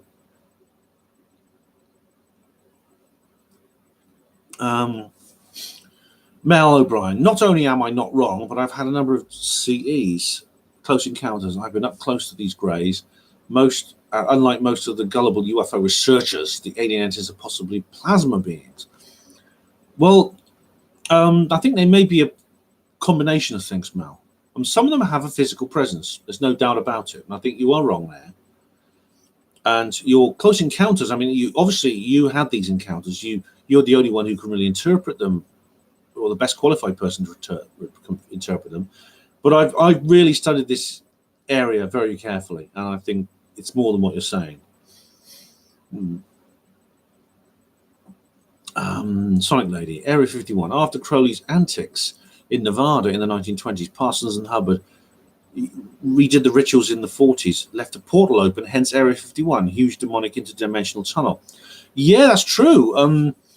There was a big ritual in the desert. Jack Parsons was there with Marjorie Cameron, the actress who was his lover. L. Ron Hubbard was there, Crowley, and it was where Area 51 now stands. And they did the Babylon working and literally opened up an interdimensional tunnel. You're right, and that's where Area 51 is. Just a coincidence, nothing to worry about. This was like a few years. I mean, it's 1955 Area 51 was set up. And this actually happened in 1947, they did this. So it's a few years earlier. Oddly enough, it was around about the time Roswell happened. I don't know if there's a connection there. But the portal is all still open, as is the one at Boleskine House. Stephen, the government also have their own Starfleet with human and non-human pilots. Yeah, I mean, the secret space program is real. 69 Phuket says, no, I didn't, Ben. What's that, Phuket? Sorry. You don't hate Oasis, or you don't hate Oasis? Sorry, Phuket. I've sort of lost the thread of our conversation there. Apologies. Vanya says Prime Minister Boris Johnson has written a letter to MP saying that he will tell the EU that further delay is not a solution. Update. Right. Is this in the news? Thank you, Vanya. This, yeah, this is 4. Right. Let me just check. Let me just double check his.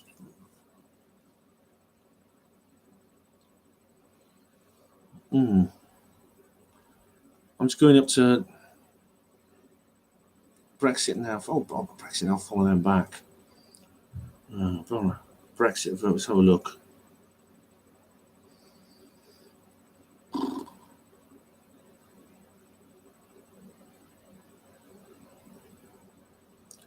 It's just been updated according to Vanya Patterson that Johnson has reiterated. Prime Minister Boris Johnson has written a letter to MPs saying that he will tell the EU that a further delay is not a solution. Right. Thanks, Vanya. Thanks for there's nothing. It's not mentioned in the news yet, but it's probably all over online now. Oh yeah.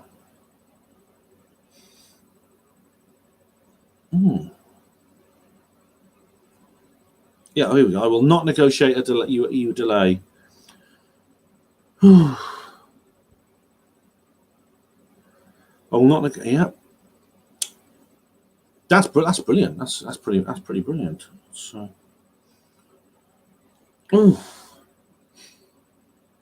anyway, thanks for that, Vanya.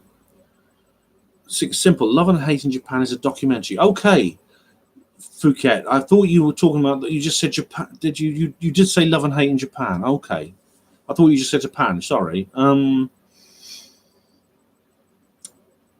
Mellow Brian, don't believe anything said by military people or government people. It's disinformation.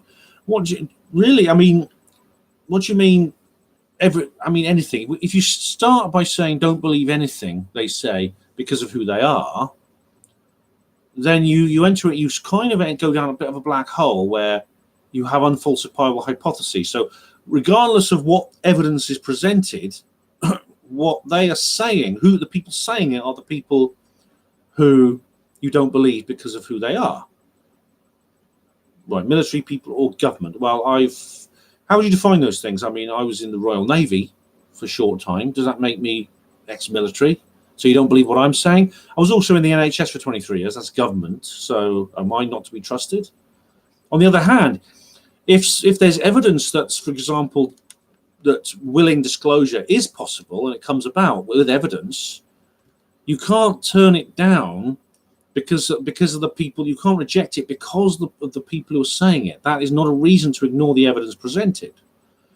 If the people saying it are presenting evidence and that evidence turns out to be dubious, then you don't believe it. But the source of the information, it's only a corollary to whether it's relevant or not, in my view. The actual important part is the evidence itself. Stephen, Greys are government drones. No, they may be alien drones. I mean, well, maybe they are the PGLFs that Mars talks about. I'm going to be speaking at Mars's conference, by the way. I haven't put the notice up there. All right. But I think there may be a mixture of things. Jimmy James says, more than all right. Oh, thanks very much, Jimmy. I will. There's no need to put this on the feed. Okay, but I will. I'll think about it. That's an interesting thought. Thank you very much. It's something I'm nervous about, but I'll think about it anyway. Sauna said the band Japan had a hit with a rather spooky song called Ghosts in the 80s. Oh, very all right. Mellow Brian says, Jesus, you're getting very dogmatic. I may be wrong, but I have evidence that what I say is closer to the truth than it's abduction nonsense.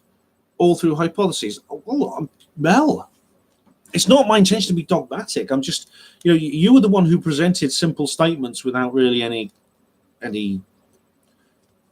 with anything really substantial to back them up. I was responding in the same way. Now, if I'm incorrect, I'm happy to debate the issues with you, but I did explain to you that I've made videos concerning this matter. And you're welcome to put comments on those videos or to make reply videos of your own. And I'm happy to discuss it with you. So I don't believe that's dogmatic.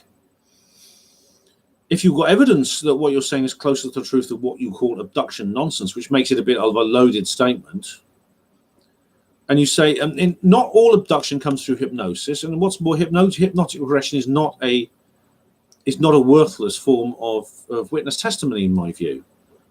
Witness testimony done right, hypnotic regression done correctly can be very, very useful. Hannah Louie says, Ben, do you think there are good reptilian species as well as bad? They get a bad rap. I think bad rap. I think that's a Freudian slip or a pun. But I suspect there are good reptilians too. So do I, Hannah. I think there are. It appears that there are some benevolent reptilians. I know people have encountered them.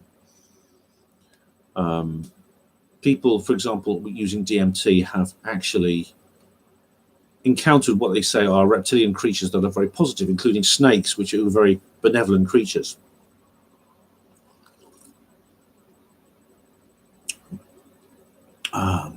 Jimmy Chem says to Hannah Louie, I have sat with people on DMT breakthroughs that have had positive and very informative experiences with shape-shifting reptilian beings. Yeah, I mean, I do think that's the case, yeah. So, Jimmy, yeah, I'm interested in that sort of thing. I mean, it's a long-term plan of mine. If it's the right thing to do. Up we go. Mr. MT says, Ben, what's your opinion on Bob Lazar? Is he the biggest bullshitter on UFOs or legit? Legit, I would say. There's been some problems with his story, but I mean, I've had a look at it, and it does seem to hold water. And I've listened to his detractors. I've listened to people like Stanton Friedman, and I think what he's saying is correct. I think what he's saying is true. Yeah, and it's taken me a while. I've wavered a lot on that, but I do think it's real. Excuse me. I've got a bit of a yawn tonight. I do feel drowsy. I feel drowsy for tonight for some reason. Mel O'Brien, Mary Rodwell is an idiot, as will Mac and Hopsis. Okay, now who's being dogmatic, Mel? Launching into a statement about certain people with A, B, and C is an idiot. Is not a way to open an intellectual discussion. I'll carry on anyway. They believe everything they're told. I've read practically every UFO book released in the past 50 years, and most of it is nonsense and misdirection. Well, if you've read every UFO book in the last 50 years, you wouldn't use such simplistic language. You wouldn't just, I could say, well, I've read every textbook on the Master of Business Administration, and therefore I conclude that every single one of them is nonsense and misdirection. I think if I'd done that, I would have come up with a more sophisticated case, a more rational case. Calling someone idiots, just calling them names and then just saying everything is nonsense, then you're not making an argument there. You're delivering a piece of rhetoric. Cosmic Claire. Hi, Claire. Sorry I'm late. I was listening to the two Alexandras on the Duran. Yeah, I got your PM on Facebook. I didn't realise I was clashing with them, but I do like the look of of their show. Food 69 Fugate. Where's the Wirral crew? I don't know where they are. I don't know where our Scouse friends are this evening. Yep. Cosmic Claire says the amazing Polly has lots of stuff on Jack Parsons. I like her. I think she's really good. I like Amazing Polly. She's cool. Stephen says, I watch a haunted house on L. Ron Hubbard. L. Ron, yeah, the house where he had the headquarters of his organisation, and apparently it's like no one lives there now. It's derelict. Mel O'Brien, disclosure is another diversion. It won't happen. And Aleister Crowley stated that hypnosis is black magic. The Day After Roswell is a work of legacy fiction to leave the family some cash. Well, have you seen my videos on UFO disclosure? I've got a whole series of them, and I'm not so sure that it won't happen. I used to be certain that it couldn't happen, but since 2015 onwards, I've wondered. And now I'm in the position where I think it is possible. It is distinctly possible. And I think since 2017, and the distinct change in the way UFOs are being reported in the media does indicate a distinct field change in what's happening. So I don't think it's a diversion. Now, Aleister Crowley said about hypnosis. Now, I've not read that. I mean, I've only read one book about Crowley. I've never read one of his books. So I can't answer that. As for The Day After Roswell, I'll have to agree with you there. It's a nonsensical. It's bizarre. I mean, I was reading through it, and I don't know. I honestly don't know why it's had so much bloody accolades. I think it's because of I think it must be simply because of Philip Corso himself, because of his status as a Pentagon official. But I mean, he talks about, the aliens turned up on this back of this truck. He was in command of a guard section at the base, and the aliens turned up, and the aliens were on the back of a lorry, and the drivers wanted to use the toilets. They said they asked Corso to watch after these boxes with us while we nip into the bog for a second. And so Corso opened up the boxes, and there were aliens inside. I mean, it reminds me of that ridiculous story with Tony Dodd. I mean, Tony Dodd, I think, is a great guy, but he reports this guy in a book, this soldier he met who said he delivered aliens from Berwyn Mountains to Pordendown, and they basically put them in the back of a lorry, and they just driven off with them, these two squaddies in a bloody lorry, and they stop at a service station on the way with these aliens in the back of the truck. I mean, just imagine them sitting there in the cafe eating their overpriced wagon wheel and a cup of tea and going, "Did you remember to lock the lorry, Joe? Did you lock it? You do remember, didn't you? No. Something like that will be transported either under very heavy military convoy or by air. So the day after Roswell is a piece of nonsense. Bill Burns, incidentally, was the co-author of Philip Corso, and his name appears on the cover, but it's in very small writing. And Corso never refers to his co-author. I suspect Bill Burns actually disowned the book. That's what I suspect happened. JJDA says, "Hi Ben, when you go to try DMT, contact me on Facebook. I'll come with you. We'll do, JJ. I'll let you know if and when I do that." James Tilly Matthews, good evening. He says, "Hello, my little truth possums." Hello, James. How are you? 69 Phuket. Ben, I'll stop messing with your melon. All right. I wasn't aware you were messing with my melon. Stephen says, Boleskine House burnt down. It did twice. And I did an article about that, actually, because I thought that was pretty amazing. It's very weird, that, yeah. Right. Bojo gone rogue again, says 69 Phuket. Well, last time we checked, Vanny was checking. He's still saying, and he's got less than an hour and a half to go. Sorry, no, he's 11 p.m. So he's got 2.5 hours to go, and he's still saying he's not going to write the letter. He's not going to write it. So that's quite something, isn't it? I'll be keeping an eye on that. I'll be keeping an eye on the clock. If you don't mind, I won't carry this live stream on till 11 p.m.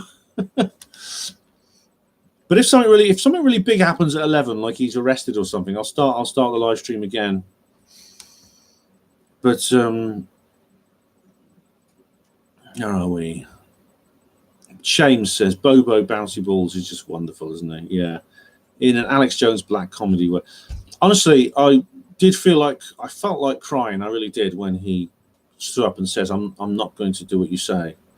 The law doesn't compel me." He said it, and then Corbyn and Swinson and all those, and Blackwell and all those others trying to bully him and trying to threaten him and stuff like that, and he stood up to them. And Cosmic Claire says, "This is like the Flurfers or the Trumpers or Shillers, the Flat Earthers." Oh yes, the Flat Earthers. Oh God. Don't start them off, Claire, please. I'll just refer them to my Flat Earth video. And that's, oh yeah, Trump is just another insider. 20. I get them all the time, yeah.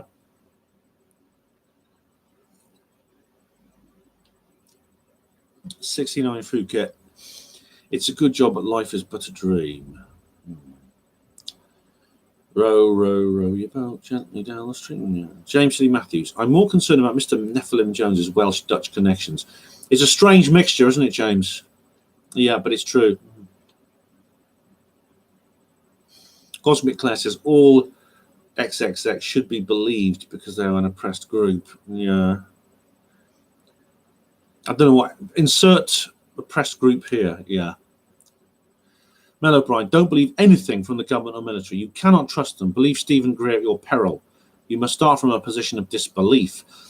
Well, of course, starting from a position of disbelief. I mean, now if you're going to get into the hyper skeptic line, then if you start from a position of disbelief, but the problem is, if you then go through the various skeptic fallacies that I talk about in my skeptic video. Have you seen my skeptic video, Mel? Or there's a shorter version, actually, I did in Newcastle, Truth Seekers Northeast a few months ago, so you can check that out. But you see, what could have you start from a position of disbelief and then just say, well, prove me wrong? You might end up getting into a situation where you just simply go through the skeptic fallacies of raising the bar. It's a coincidence, etc., you know. And as I said before, don't believe anything from the government or military. Well, if the government or military present something and present evidence for it, I'll believe it. Oh, so I'm afraid Liberace just started. Sorry. You can't trust them. The thing is, if you say you can't trust them, but yeah, of course, you've got to be dubious about anything they put together. But if they put forward, but if they put forward something with evidence, do you dismiss that evidence because they're government or military? Even if it's absolute proof, do you automatically dismiss that because they're government or military? Because then you just have an ad hominem, especially in a post-2016 world. As for Stephen Greer, Greer, I think, has fallen into that little trap of basically not being able to conquer his ego. I mean, ego is a very important thing to him, you can tell. I mean, in his various videos, there's more shots of him wearing tight jeans than there are of anything else. Where are we? Okay.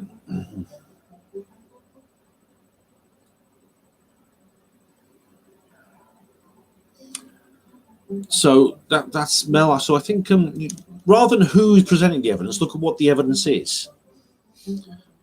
Sonic Lady, Crowley. Don't forget the image he drew of his witch's familiar Lamb, who dictated all his books to him. It was a spitting image of what we know as Alien Grey, except the pic is from 1918. That's right. Check it out. Google Aleister Crowley Lamb and you'll see it. It is like a grey. 69 Phuket is now good. Nothing to get hung up about. Strawberry Fields Forever. We're going through Beatles lyrics now. All right. Stephen says, what about Crowley in the North African desert? Oh, he was he went there with his wife. He also went there with a young bloke who he was basically using as a sex slave. Mel O'Brien, I'll send you a copy of my book in the spring. Would love to discuss it when it comes out. Hypnosis is worthless, a combination of Stockholm Syndrome and the placebo effect. The aliens are not our friends. By all means, Mel, well done for writing a book. Please do let me know when it's finished. I'd be very curious to read it. Obviously, like I trust you'll because it's a full book. You'll present a more detailed case than the one you have in the comments box tonight. Because really, you've just given out a load of sentences saying something is nonsense, something is fake, something is fraud. That's not an argument. That's a ground, a statement. I mean, I could say 2 + 2 = 4 is nonsense. It's rubbish. It's not true. Would that mean automatically that 2 + 2 = 5 as a result of me saying that? We're getting into 1984 type. So I've got the T-shirt on here. We're getting into 1984 territory now, aren't we? Yeah.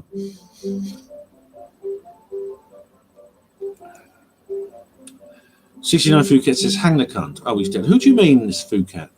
Crowley. Crowley was an elite. I don't think he was rich. I don't think he was elite as such. His family ran a brewery. He was actually inherited a fortune from his dad, who ran some breweries. Excuse me. James Tilly Matthews says, as a 12th dimensional ascendee and devoted jinn, stroker from the Simon Part School, I believe all reptilians are beyond reproach. Well, you would, wouldn't you? As a devotee jinn stroke.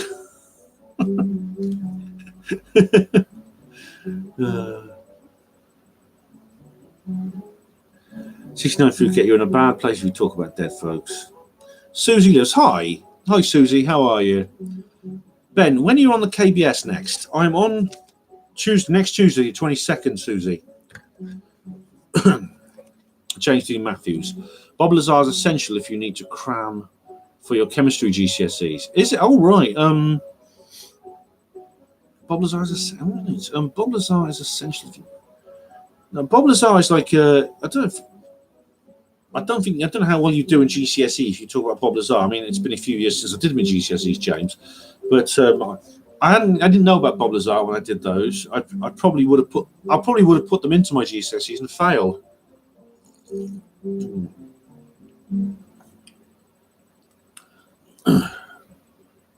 Stephen says something in Italian. What does that mean, Stephen? So I've got to check because you've got to be careful like with what you say. I'm just going to check what Stephen's put here. Italian. Oh, it doesn't mean anything. Okay.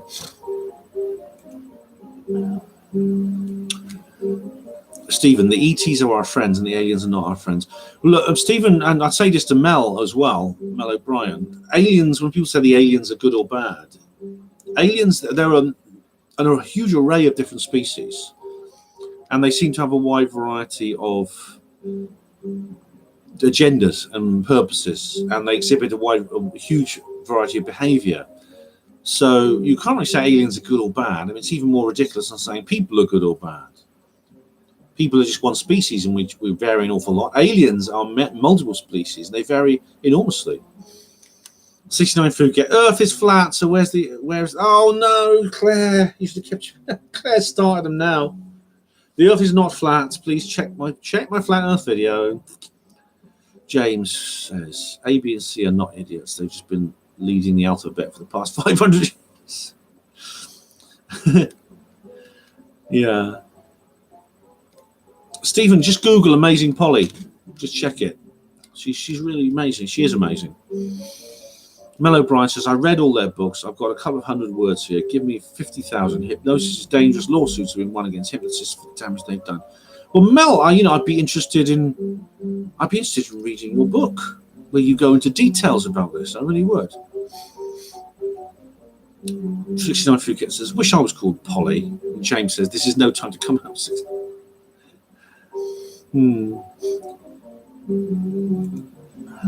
Okay. Mel says, the alien entities told 4 of us that disclosure won't happen. It's not in their interests. I spoke to Dr. Hynek about our encounter, which was terrifying. Friends don't scare the shit out of you. That's funny. Now, I remember you saying you met J. Allen Hynek, Mel. I think I remember you said this in a previous live stream. And I'd be interested to read your book. Now, you say alien entities told you that disclosure won't happen. Right.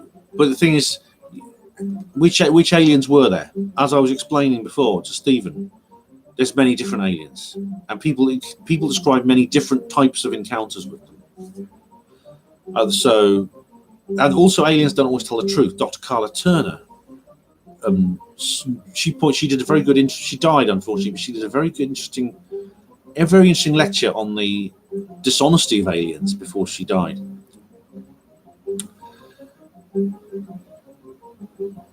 Oh, I'm not spot on. Ben, Crowley was a terrible fiend, a terrible person. He loved demons. I think he was an irresponsible fool. I don't think he was malevolent. 6 Diego Rivera. Bob Lazar says the ship he worked on was from ancient times. It could have come from Atlantis. He said he didn't say where it came from. He said he believed it was of extraterrestrial construction. He didn't say where it came from and when. James says it was unreleased in alternatives. Okay. Mel says, good, we agreed on something. Tompkins' book is also a legacy book. Is that William? Who's that, William? Is that what's his name, Tompkins, who was on Project Camelot? I've not read that. Susan, hello, Susan. Susan Hayward Tompkin, hello. I just woke up and enjoyed my first copy. Are you talking about aliens? Great. Susan, yes, welcome. Susan is on the other side of the world, and she gets up early when it's late here. And I appreciate you joining us, Susan, and I really do. And we are talking about aliens, although the subject of this particular web live stream is what happened in Parliament today. But of course, other subjects always come into it, and they are relevant. They're all connected, in my view. They're all connected. 69 Phuket says he's famous on the dark web. JJDA, Crowley would be on my top 10 dinner guest list. I would honestly be very interested to meet him, JJ. I really would. I'd be curious. James C. Matthews, this is no time to advertise your bleaching process, Mr. 69. Proselytizing Orthodox Pentecostal Trans Rabbit is here, who has one of the best names on YouTube. Says, I can't take your views on politics seriously because for much of the time you have a hard enough time separating fantasy from reality. Oh, really? Well, you tell me then how to separate it. Which bits are fantasy and which bits are reality? Come on, Rabbit. Let's go into this, shall we? Stephen says, no sick note from Boris. No, he's Boris is, like, as far as I can tell, is sticking by his guns. I mean, Vanya has just reported that he's refusing. He meant what he said when he said today he wouldn't go to the EU and negotiate an extension. Right. Mel O'Brien, how do you, it says to Rabbit, how do you distinguish fantasy from reality in politics? Well, that's the question, isn't it? Seeing as I'm so bad at it, maybe you guys can help me out. Okay.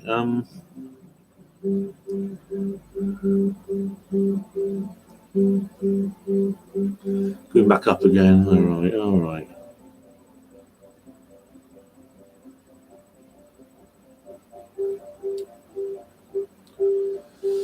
And James says, I must protest, Rabbit. I've never separated fantasy from reality. I'm not about to start now. I mean, really. Solarite, want to buy an alien, fell off the back of a lorry. Well, I've got an alien that fell off the back of a flying saucer. It's Russell. Hey, Russell. Yeah. Iron Man Spartan. No booze tonight, Ben. No, I haven't got any. No, I didn't get any. I've had to really keep my head. I'm not drinking this weekend because there's too much else to do. I'll be doing another live stream, I think, probably on Monday, because there's going to be more drama in Parliament on Monday. Proselytizing Orthodox Pentecostal trans Rabbit says, well, James Tilly Matthews, we need to start from a position of what is real and what is not. Then we can go from there. Lol. No, and James says he starts from wherever Simon parts. All right. Rabbit. Mel, here we go. Mel O'Brien. I missed your skeptic video. I'll check it out. Remember, I'm a skeptic who's had a dozen encounters. I can hardly believe my own experience. What military info is real? Those new videos? Question mark. Do you mean like the Tic Tac footage? Well, funnily enough, the whole Tic Tac thing is very interesting because there has been an official statement now saying that it's real. It doesn't mean that the government are now being honest with us. I did an article on this, and in fact, I did a video on it too. But that has actually come out now. It has come forward. But do check out Mel. I mean, I would actually recommend, because my 2018 Studio Skeptic video is very long, but I've done a much shorter one, which contains most of the useful information, and it is my most recent Truth Seekers Northeast talk. Maybe I'll get you this. I'll get you a bloody link. Hang on.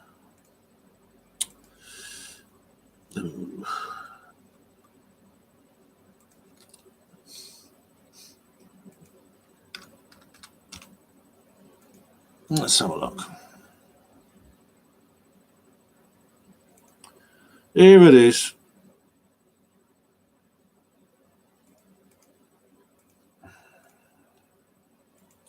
I'm putting it in there now. So that's for Mel O'Brien.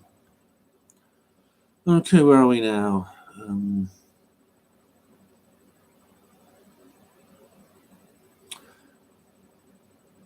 James Silly Matthews. Dr. Stephen Rea has never said anything but truth.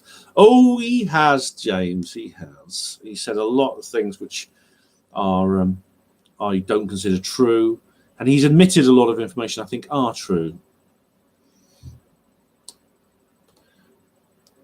69 Phuket, dovgov.org, run by Grey Males. Is it? The Grey Males are the gov.org webmasters, are they?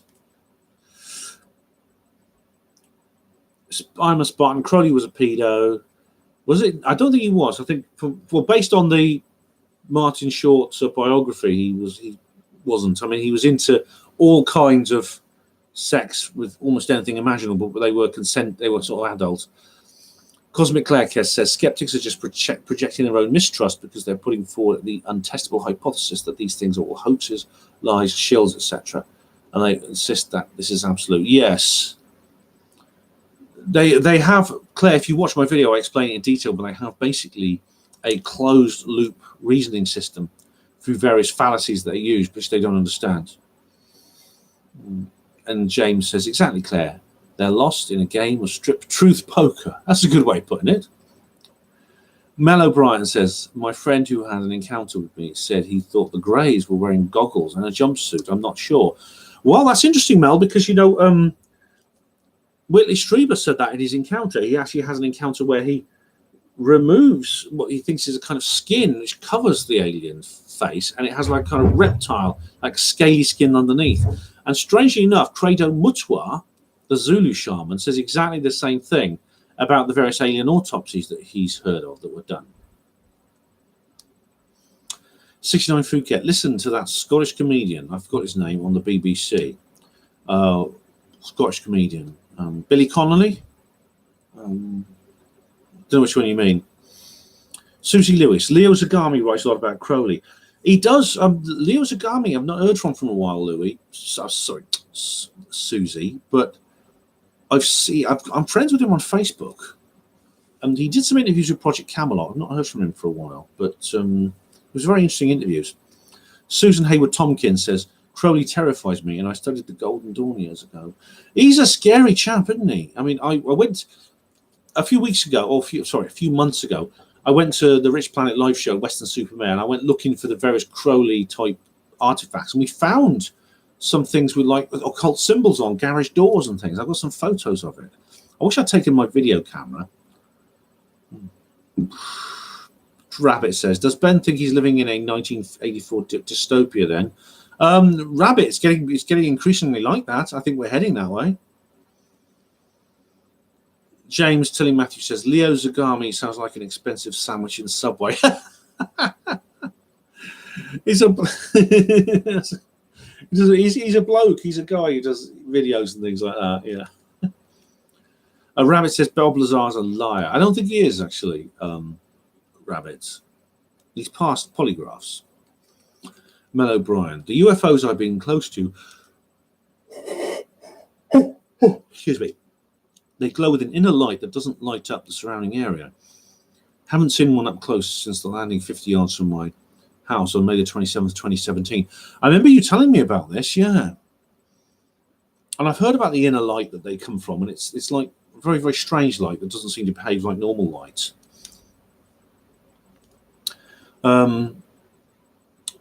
Yeah. But I remember you telling me about the landing at your place. I really do, at your house. I haven't seen up what close, right. I mean, it's going to be in your book. I really would like to read your book. I really would, yeah. James says, Alien Encounters are so 2008. In 2019, Alien Bencounters are the real thing. Oh, well, yes. I'm on the cutting edge of the latest fashion, James. Sonic Lady says, see you next time, Ben. Got a dash. Good show. Thanks, Sonic Lady. See you. Keep watching the channel because there'll be another live stream soon. John Nolan says, will the anti-Larry Warren Brigade be calling for a boycott of the Cape of Green movie when it comes out, Ben? Oh, John, they already are. They're already telling people not to go and see it. But of course, people don't obey when that comes out. In fact, it can actually backfire. If someone tells you not to go and see something, it tends people probably want to go and see it more. So I think the anti-Larry Warren trolls are doing us a favor in getting more attention towards the film. Rabbit says the Earth is not flat. That puts Ben on a 7 or 8 on the conspiracy theory barometer. Oh, really? If I thought the Earth was flat, would I be lower? Mel says, I believe the aliens manifest themselves in various shapes. There may be only one, for all we know, which is fooling us. But that can't really be falsified, can it?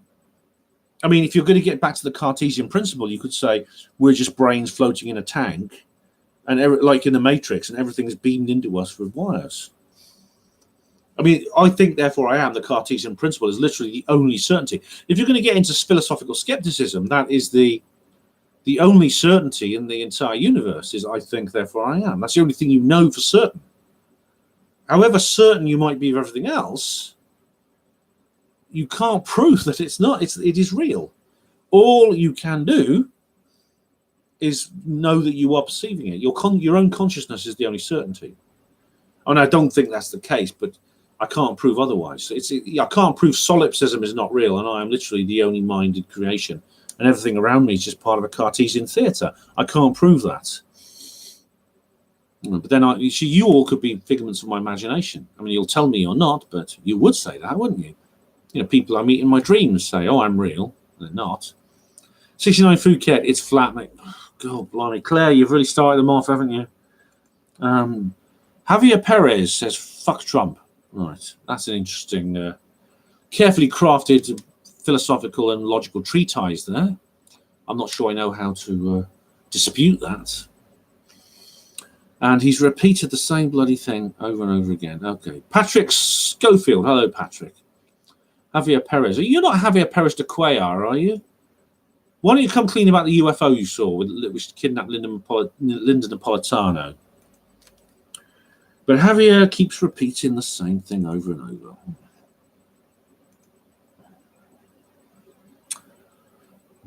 Rabbit says, okay.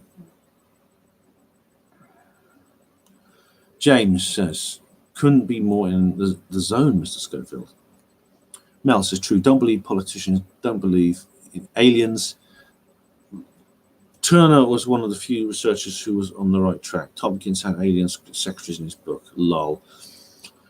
Well, I don't. You see, I don't believe. I know politicians lie a lot, the same as government and military people lie a lot. But as I said before, if you just say I'm not going to believe anything a certain person says, even if they prove it to me, because they are the person they say, do you understand what's wrong with that? Do you understand? Can you see the fallacy in that? Turner. I mean. Which Turner do you mean? A ufologist called Turner? I don't know who you mean.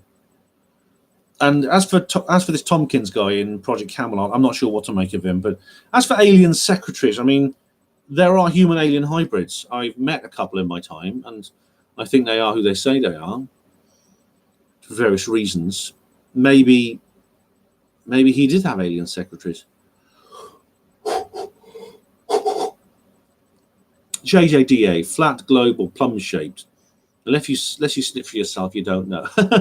Well, I think we do know the Earth is round. I mean, JJ, check out my flat Earth video. I do think the Earth is round. I think we can prove that, and I think we've got reason enough to say that, I think. 69 Phuket says, and now my stream is vanishing, vacant. So much for free speech. No, I'm not. I'm not deleting your comments, Phuket.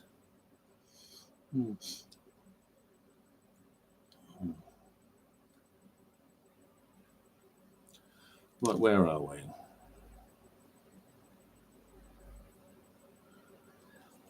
Cosmic Clec says, Crowley was an immature sociopath who thought he could do what he liked to other people and didn't care about the consequences. Correct, Claire. He was irresponsible as well. I mean, the whole Boleskine house thing is down to what he did. The reason that thing has burnt down, that place burnt down twice in the last 3 years, is because of what Crowley did. Mel O'Brien, Boris is a closet Remainer. Well, if he is, I'll tell you what, Mel, he's doing a very good act. Saying Boris is a closet Remainer is a bit like saying, I don't know, that Chairman Mao is a closet Tory. You can't prove he's not just playing some kind of four-dimensional chess game. You know, forcing agricultural collectivization on his country and killing 100 million people through starvation in the process. It could be some kind of plan to bring in capitalist democracy to China. I can't prove it's not. Maybe he hasn't revealed all his plans yet and he's playing some kind of four-dimensional chess. But I think we can safely say that he is not like a paleoconservative. So in the same way, I can't prove that Boris is not a closet Remainer. It's just if he is, it's a very deep closet with a very thick door, which he's locked very, very tightly. And if he is trying to promote the Remain cause, he's doing a terrible job of it. I mean, logically, I don't think we could say Boris is any kind of Remainer. In fact, he's one of the few people in that bloody house I trust of being an honest leaver. 69 Phuket says, I'm being scrutinised. Who by Phuket? Mel O'Brien, Crowley claimed to have killed over 150 boys in rituals. Where does he claim that, Mel? Sauna says, Ben, sounds like Liberace is providing a bit of bed music. I must really get on your nerves and the walls must be thin. Oh, it does sometimes. I mean, it's the ceiling, not the walls. It does sometimes, but it could be a lot worse. I mean, it's not that bad. It's not, yeah. But he stopped now anyway.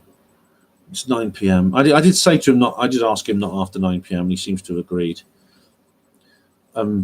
And Rabbit says, Ben, I'm a rabbit. Please try and get my voice right. Yes, but you're proselytizing Orthodox Pentecostal trans rabbit. So, what sort of voice should I do? I don't want to be trans rabbit phobic now, do I? James says Crowley was a bum chum of the conspiracy, and his apple tarts were, quite frankly, offensive. I don't know about that. I've never tried one of them. 69 Phuket, in what way are you under scrutiny? Mel O'Brien. Send that piano player to me. I'll sort out his lousy playing. I think he's all right, actually. Yeah. James Tilly Matthews, have we left the EU yet? No, I mean, it's been 3.5 bloody years. We still haven't left. 69 Phuket, you're a rabbit. Stop chewing the wallpaper.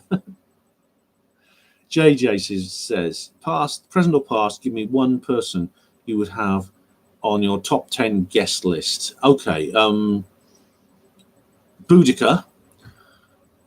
Who else? Probably Alistair Crowley, like you. I'm thinking who else? Rudolf Steiner. There's a whole list of people I'd like. James Telly Matthews, has anyone consulted Tony Topping? He must have to the inside track on this one. I am going to consult him actually next week because he's coming on the Hapanwo show, so I've got to record an interview with him.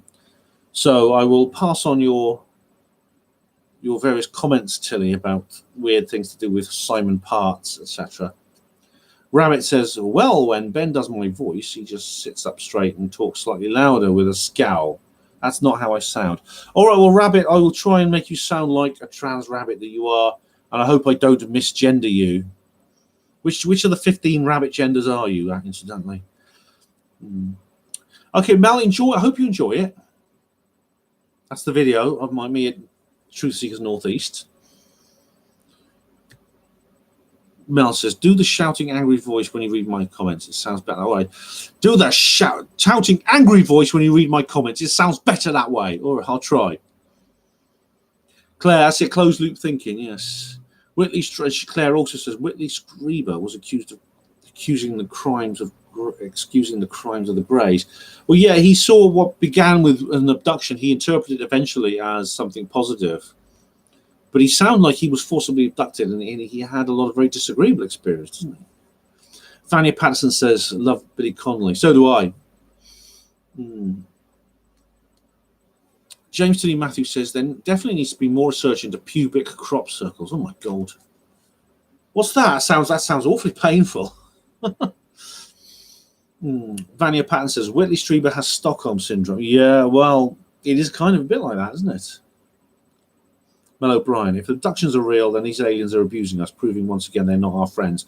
Well, again, the aliens who do the abductions and do harm to people, yes, indeed. And as I said, they have a wide variety of motives. They exist very different behavior. Some of them appear to be genuinely malevolent, yes.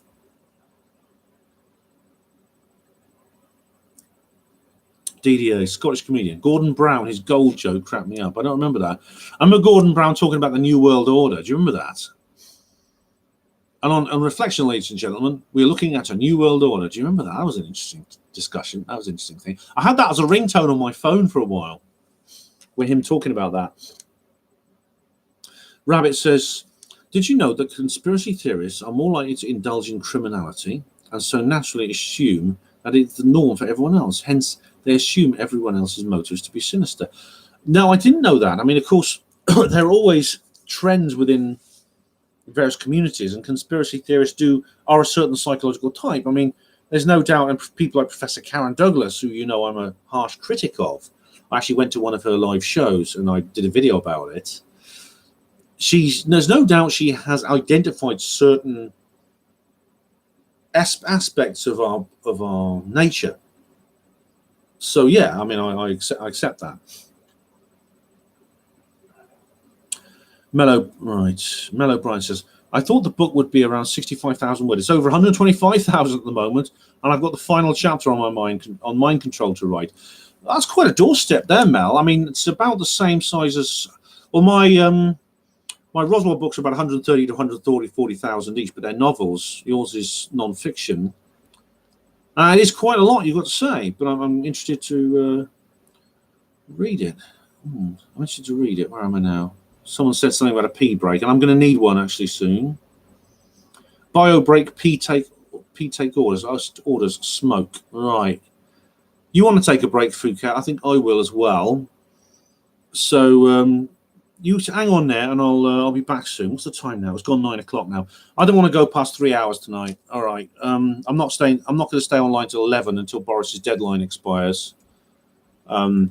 If at 11 p.m. if he hasn't sent off the letter, then I'll cover it. Well, we'll see what happens because I might have to do one tomorrow. I don't think I've got time to do a live stream tomorrow actually because I've got an awful lot to do tomorrow. I'm doing the mindset. I'm recording with Caroline. I've got to do third rail at some point. So there'll probably be one on. There probably will be one on Monday actually because I'm doing. There's going to be more parliamentary stuff on Monday. I'll be back in a minute, guys. Play amongst yourselves.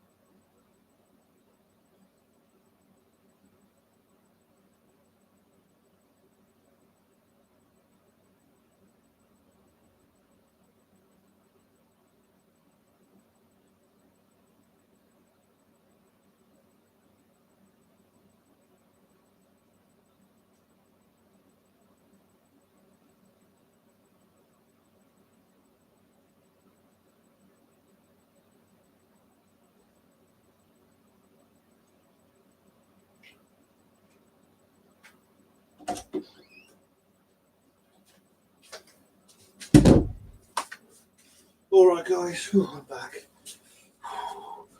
Right. Okay, then. Where was I? Here we go then. Can you still hear me? Okay. I didn't mute the mic. Not to worry. James says you forgot our tendency to attend parties where no one wears anything at all, Mr. Rabbit. Oh, that'll be fun. Yeah. Rabbit says people in Ben's dreams have told me he's very rude. 1 minute he's there, the next he's gone without even bothering to say goodbye. Oh dear. Rabbit, it's not intentional. Mel O'Brien says Ray Bradbury had a good story where the scenery was removed behind this man everywhere he went and constructed in front of him as he went through his life. I've not read that. I've read one of Bradbury's book. Was it The Martian Chronicles? I read that. That was pretty good. I read that after I saw the movie and I thought it was pretty good. James says that's quite normal, Mr. Rabbit. There's only so much rubber trousers to go around. All right. Mel O'Brien, Dr. Carla Turner is very interesting. I would watch some of her lectures. She's sadly passed away, but she's very, very interesting alien abduction researcher. Rabbit says human alien hybrids, for fuck's sake. Why? Is that something wrong with that? I've met some people who I believe fall into that category. Hugo Rune says a flat earth can be round, ours is spherical. Oh, I see what you mean. Yeah, it's round as in circular or spherical. Both. The word round can be used for both objects, both in 2 or 3 dimensional states. When I say round, I mean spherical. Obviously, yeah. I think with the flat earth issue, when you say round, people assume you mean spherical. JJDA says, we speak for yourself. In what way? Sorry, where was that?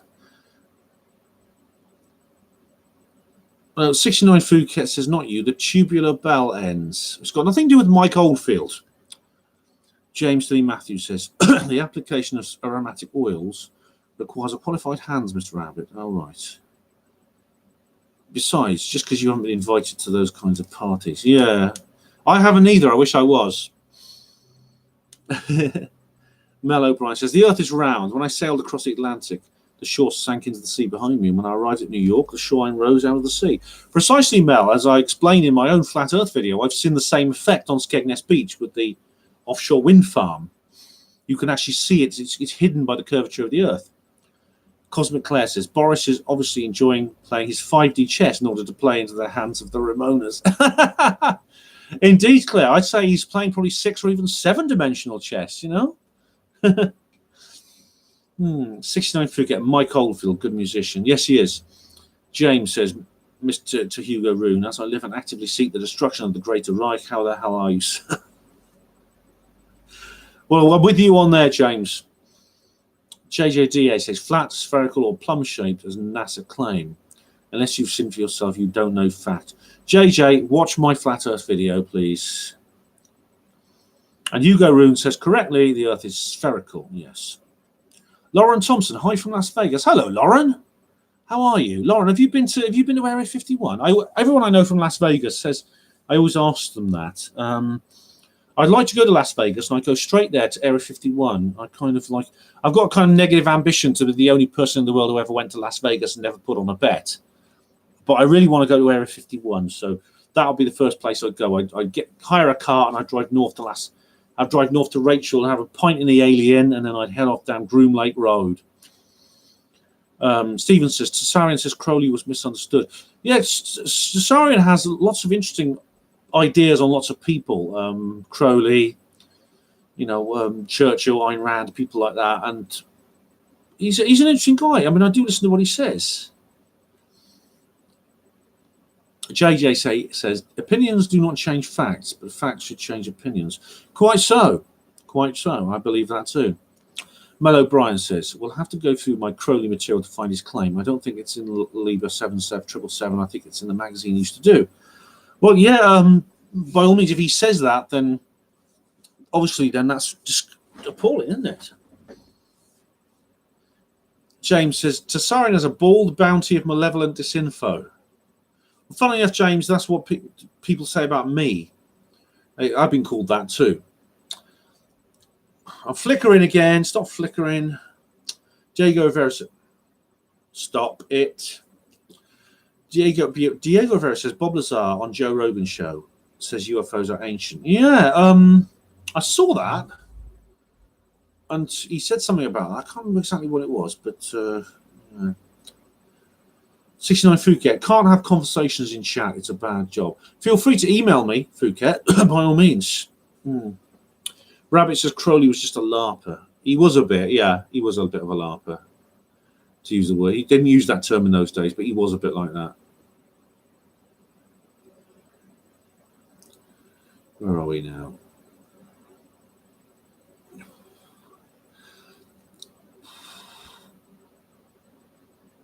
Crowley was Q for the idle empiricals, said James. What's an empirical? Rabbit says, just imagine you have 2 massive great rabbit front teeth, a speech impediment, and spit while you talk, then you'll sound like me. So I go like that. If this is what trans rabbit sounds like, all right. I can't do it. It makes my lips dry. My lips are getting dry again. And that makes it worse. James says, I don't have to imagine us. Okay.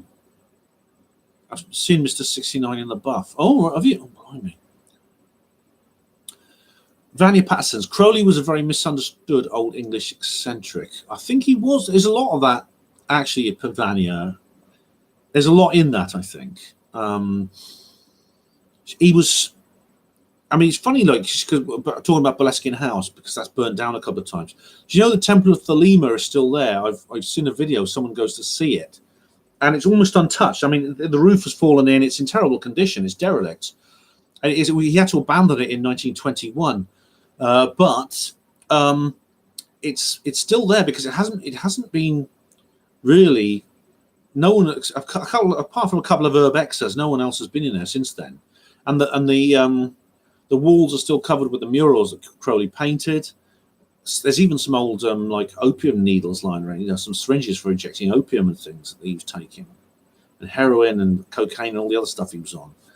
The local people won't go near it because they think it's because they're they're very religious and they believe it's the devil dwells there and things like that. So they're scared to demolish it and they're scared to go into it. So it's a very well preserved building. Rabbit says, "Oh yes, I like Professor Douglas." I like her too. I mean, I did enjoy. I did email her a couple of times and had an interesting discussion with her. She's a nice lady, and I mean, she's as I make this point in the video, she's very pretty. She's attractive. She's nice looking, and for guys, of course, that can disarm us, that sort of thing. But of course, it doesn't distract from the fact of what she's saying. And I do have problems with some of her theses, and I discussed those with her. Cosmic Claire says spheroidal for the Earth. Yeah, it's not a pure sphere. It has like it's crinkled because there's mountains and things on it, and it's slightly flattened at the poles. 69 Phuket says, "I'm a mere apparition and too poor to attend conferences." Oh, well, you know, it's not expensive to go to one if you get one in your local area. You know, where you don't need accommodation and travel. You know, they're pretty cheap, and most of them are quite low budget. You can get in for 20 quid or so. Mel O'Brien says, "The aliens told us they've been here forever, and they claim to be from the future, mutated after great catastrophes. Do you believe them?" I don't think so. If they say that, well, firstly, they can't be from the future. You can't actually travel back in time. They can be from a parallel universe, which is similar to our future. Now, as for being here forever, there is evidence they've been around a long time. For example, myth in its form of mythology and also ancient artworks stretching back from the Middle Ages to cave paintings in prehistoric times, which show what looks like aliens. That's evidence that they've existed for a long time. As for the mutations, I don't know about that, but mutations are possible. Genetic engineering is possible. So do I believe them? If there's evidence, I'll believe them. If not, then I won't. But I'm not going to say, well, I'm not going to believe them because they're aliens, even if they present proof to me. I'm not going to believe that proof because of who they are. In the same way as if someone from the government and military, as I said to you earlier, presents proof of something, I'm not going to reject it because the people presenting it to me are people we shouldn't trust. James says, "No juicy straining, please, Mr. Nephilim Jones." Juicy straining? What do you mean, juicy straining? Mel O'Brien says, "I'm a mere shadow of the shell of the man I once was." I'm sorry. I'm sorry to hear that. If you're having a bad time.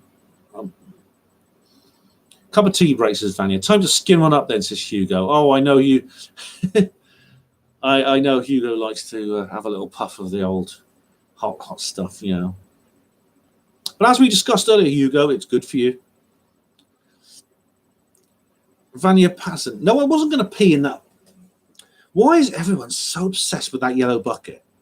Do you know what's in there? I'm not going to show you. It's actually my dirty underpants. I'm not going to show you that. But Vanya, yeah, I have my dirty underpants in there. All right, and my socks as well. You do not want to see those things. You really don't. 69 Phuket, Yorkshire water. Get ready for a huge flush.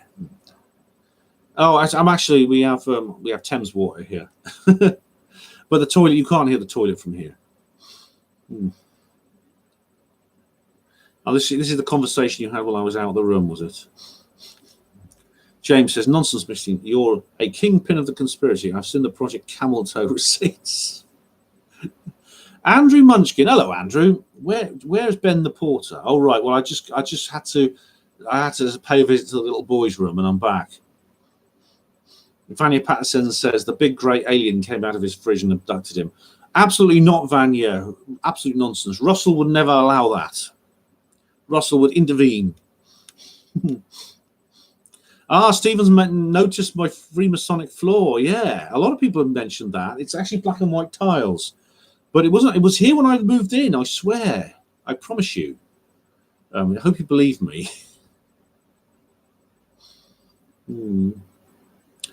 Rabbit says, "Got to say, Ben, don't break the conspiracy theory stereotype, does he?" Oh, I wouldn't dream of it. I really wouldn't.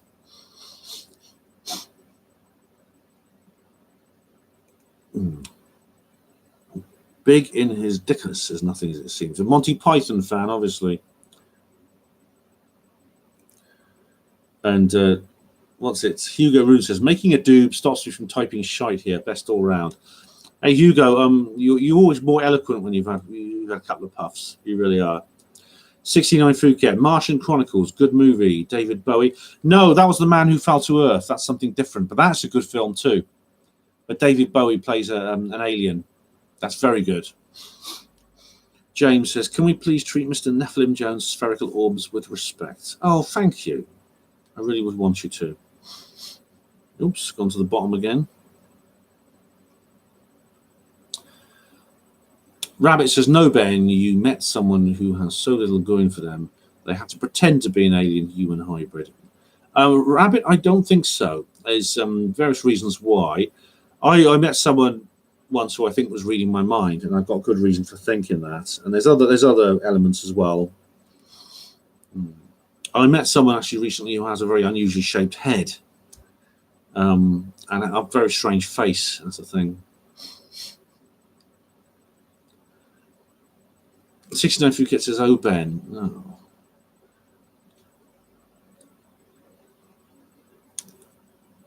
The truth hurts, James, says Rabbit, if you pretend to be a human alien hybrid.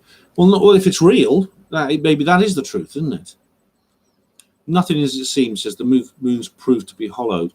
Well, I think it indicates that it's very low density. The moon is very low density for an object of its size, which indicates that it may not be hollow, but it may have large hollow spaces inside it. It may have large caves within it, for example. But there's no doubt the moon is as low density. So it's much lower density than the Earth, for example. Lauren, hello. Lauren says, I've been near there, but never wanted to get shot, so I didn't venture too close. Sorry.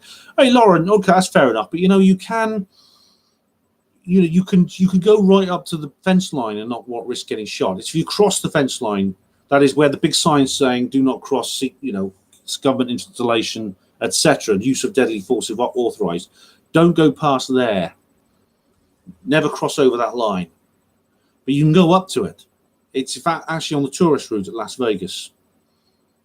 James says, apparently so, Mr. Rabbit. What can I do to complicate your non-belief? Lauren says, I hope you're not disinfo. I like you. Oh, well, Lauren, I'm not disinfo, I promise you. I know I would say that, wouldn't I? But check my channel out, Lauren. I'm glad you like me. And check my channel out. And thanks for your interest. And do please see what you think about what I'm presenting, the evidence I'm presenting. And you'll hopefully see that I'm actually serious. I'm actually a serious researcher, and I'm not messing around. I'm not spreading disinformation. Certainly, I'm honest. James says, as a human alien hybrid, I resent all this non-belief. Are you one, James? Are you? Oh, right. Oh, I see. Well, Lauren, were you addressing James and not me? All right. Well, I don't think James is disinfo either. Rabbit, would it kill him to change that light bulb? Which one? That one? It's perfectly all right. It's working. I change it when it goes out. James says, you're a closet eco-Nazi. All right. Where are we now? Rabbit says, Joe Wyszynski is very interesting too. Rabbit, I've reviewed, I went to see one of his talks. Have you seen it? It was interesting because he had a talk called Conspiracy Theorists Are Losers. And I thought, oh, bastard, I'm going to go along and see that. That's a very inflammatory title, isn't it? So I went along and saw it. It wasn't what I thought. I was getting ready to give him a hard time, but it wasn't what I thought. He wasn't saying, the title is misleading, but it's called, what's it called? Hang on. The video, what's it bloody called? It's a really good video, actually. Oh, what's it called? Bloody hell, what's it called? Oh. I can't remember. It's a Skeptics in the Pub or something. I went to see one of his talks. Oh, I can't. Let's see.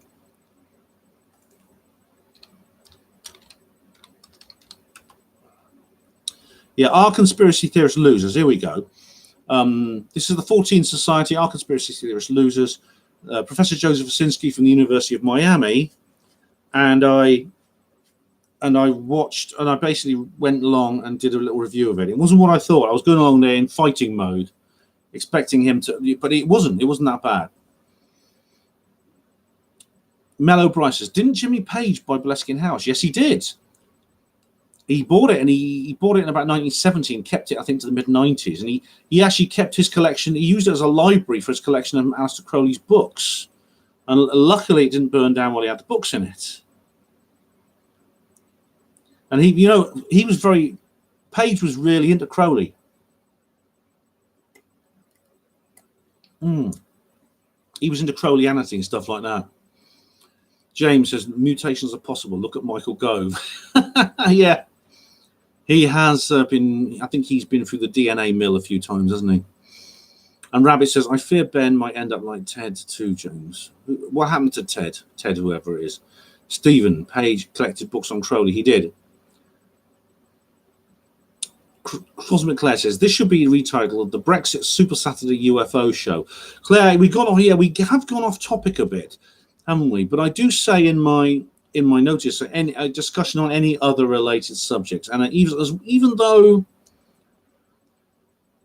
like we are sort of going off topic, we're not really, because these things are all connected, as I've often said.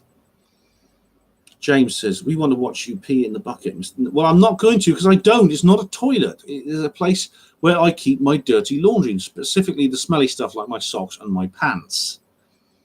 And so that's why I put it in the bucket. And you don't want to see it. You don't. People ask me all questions about that bucket, and they do anything else, I'll tell you. Laura Thompson, you like the floor, Lauren? Oh, right. It's actually... it was there when I moved in, so I'm not a Freemason. Hang on, I just missed one anyway. But I'll go back to you, Mel. Hang on. But the floor is very pleasant, actually. I can play chess on it, if I want to, with made up pieces with people if they come around. Although I don't get any visitors, but if I ever did. Mel O'Brien says, I don't see much proof anywhere. I don't have any proof of my experiences. I'm kidding about being a shadow. I'm having a great time. Well, I'm glad, Mel. I'm glad you're not, because you sounded a bit depressed, and I'm glad you're not.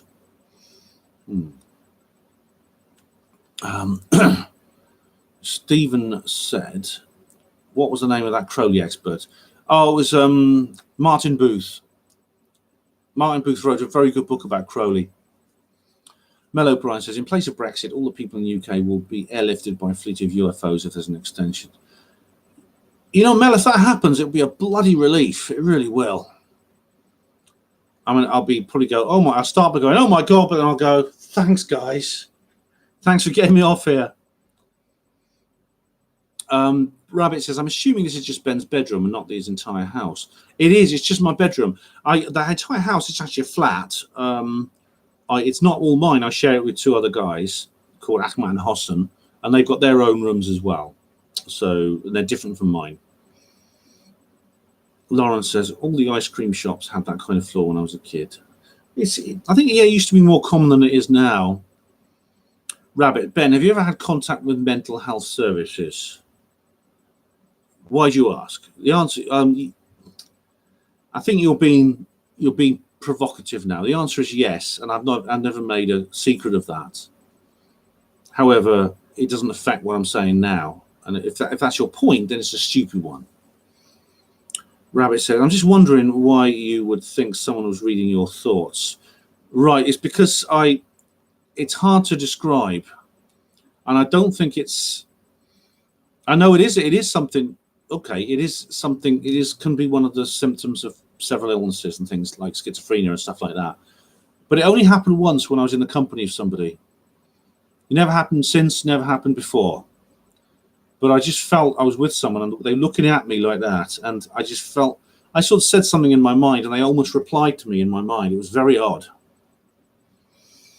And Stephen said, I knew a person who was reading my mind as well. I know you know that person, Ben. Please mention that person's name. Thanks. Stephen, I don't know who you mean. I mean, I know Stephen well, actually. I've met him he several times. So we've met in real life and we've spoken together in real life. And I know we have a lot of mutual friends, but I'm afraid I don't know who you mean exactly. Sorry, I don't. If you told me years ago, I haven't seen you for many years. I've forgotten. I'm sorry. James Tilly Matthews. I believe everything that Miles Jonestown has to say. Well, you're not calling me Jonestown anymore. You used to call me Ben Nephilim Jonestown. I don't believe everything Miles says. I'm speaking at his conference, actually, at the end of next month. But then he doesn't believe everything I say, but we still like each other and respect each other. A lot of lies have been told about Miles in the last few months, couple of years, and it's all nonsense. It's all fabrication. Oh, thanks. Lauren does not think I'm disinfo. Thank you, Lauren. Rabbit, all right, I get you now. You say it's pretty common for people suffering from mental health issues. In this case, it was just a one-off, and it was only when I was with this person. I've not had it before or since. So does that make it more interesting from your point of view? Oh, Lauren says, no, I was addressing you, but James was kind enough to answer as well. Okay, Lauren, thanks. I'm glad you think I'm not disinfo. I'm glad you like what I'm doing. Check out my channel. Nothing. It's actually made of Swiss cheese, the moon. Well, it's like Swiss cheese in that it may have large interior cavities, yes. It doesn't mean it's an artificial spaceship, but it does appear to be very low density. One of the reasons it could have such low density is because it has large internal cavities. James says, as a long TNT member of the Mantid High Council. That's how you know Simon Parks, isn't it? Yeah. Stephen, people can read your mind. It's possible. Just the people that brainwash you believe it's not true. Yes, Stephen, it is possible. I know people who can do that, who really get telepathically. They can't read your thoughts, but if you sort of say something in your mind to them, as I did, I actually looked at this person and I said something in my mind, and they replied. It was a really weird feeling. It really was. I heard like a voice in my head as if it was in my ear. Mel, just read the Apollo moon mission, hiding the hoax in plain sight. Most compelling evidence that Apollo 11 wasn't going fast enough after 105 seconds. At 26,000 feet, it should have been 79,000. Yeah, that's just the start of it. And Mel, watch the Apollo Detectives on my channel. And we had the author of that book. I think, is it Trevor Weaver who wrote? It's a very, very good book, if that's the book I'm thinking of. And there's lots of others as well, like Dark Moon, Apollo and the Whistleblowers. It's really worth seeing. It really is. It's really worth reading. Sauna says, I've just seen a post on my Facebook showing that the time on all the clocks in the film Joker are set to 11:11. Really? I hadn't noticed, Sauna. I mean, I've watched the movie. Obviously, I've done a review of it, but I hadn't noticed that. I'll just check that out. Stephen says Pace has a tower in his house. I don't know where he's living now, but Stephen, you can bet wherever he is, he's probably got a lot of Crowley stuff in there now. So James says, we didn't go to the moon, we went to the seaside resort of Ilfracombe. Oh, is that where the Apollo landings were filmed? Was it Ilfracombe? Ilfracombe's a lovely place. Cosmic Claire says, Corbyn is a walk-in. I thought you were misspelling wanker there, Claire. He's certainly that. He's a two-faced opportunist prick. Yeah. Robin Jones. Hello, Robin. Is Jeremy Corbyn related to Wurzel Gummidge? I don't know. He looks like he is, isn't he? He does have a brother who's actually holding much higher esteem than him. His brother's called Piers Corbyn, and he's a meteorologist who rejects man-made climate change and talks about how solar activity influences the weather. He's a very interesting guy. There's a lot of interesting interviews with him. Nothing says skeptics in the pub. I'll bet Netflix would pay for the script. Well, you know what? Nothing. I've written a short story set around the skeptics in the pub community. I do recommend. It's called Ouija, and I do recommend reading it. Actually, you might like it. I've actually read it out. If you don't have to read it, I've made a little audio book of it, and it's actually on one of my videos. One of my videos called Halloween and Ouija. I did it a couple of years ago, and you can find it on my channel. But I'm quite pleased with it. I'm thinking of adapting it actually into a play. And so if Netflix are interested, I'm willing to negotiate rights. Rabbit says, I must admit, I've never heard of the Mantid High Council. Oh, Rabbit, where have you been? Oh, no, you must have been asleep in the jungle. Stephen, the other one is... No, the other one, a woman. Oh, right, Stephen, is it... I don't want to say her name, actually, if it's who we're thinking of, because I don't know if that's, I don't want to say any people's names. I really don't. Email me if you want and tell me who it is or who we're talking about. And I'll talk to you about it privately, but I don't want to start saying names on the air. Especially because some of the people we both know are friends of mine and they're nice and I like them. Christopher Doyle. Hello, Christopher. Welcome. Is that a roll of tinfoil? No, that is actually that is my Dreaming Saucers Oxford Conspiracy Truth Tour official hat. And if you go to my Dreaming Saucers videos, you'll see me wearing it when I do my Oxford Truth Tour. Rabbit says, no, I'm being provocative, Ben. I don't judge you or not. Oh, thank you. Thank you, Rabbit. Mel O'Brien. I'm getting worn out by the Brexit stuff and I'm just an observer. Yeah, I mean, yeah. Well, I'm afraid the Brexit thing is just so in there now. I've got to say things about it. But I mean, I'm willing to discuss other things as well. I'm going to have a break from the Brexit stuff tomorrow because I'm doing the Mindset podcast. So I'll be doing other things, which would be nice. Rabbit, do you think there could be a connection between that and your willingness to believe in fantastical things? A connection between what? My experience with this guy and hearing this voice? No, it was a one-off. It was only when I was with him, and it only happened once. I was at a pub with him, and he was eating something. I don't want to say too much because I don't want to identify him, but he was eating something very strange. And I looked at him, and I said to him, I think that's strange. And, I know you... I just said to him, I think that's strange what you're eating. And I said it in my head, and he replied, I know, but it's not really strange. He said, He looked at me, and I almost like felt those words coming through as if I was hearing them in my ear, but they were in my head. It was weird. Oh, it was very strange, very odd. I don't want to identify this person, so I don't want to say too much about it. I've never really talked about it before, but it was very odd.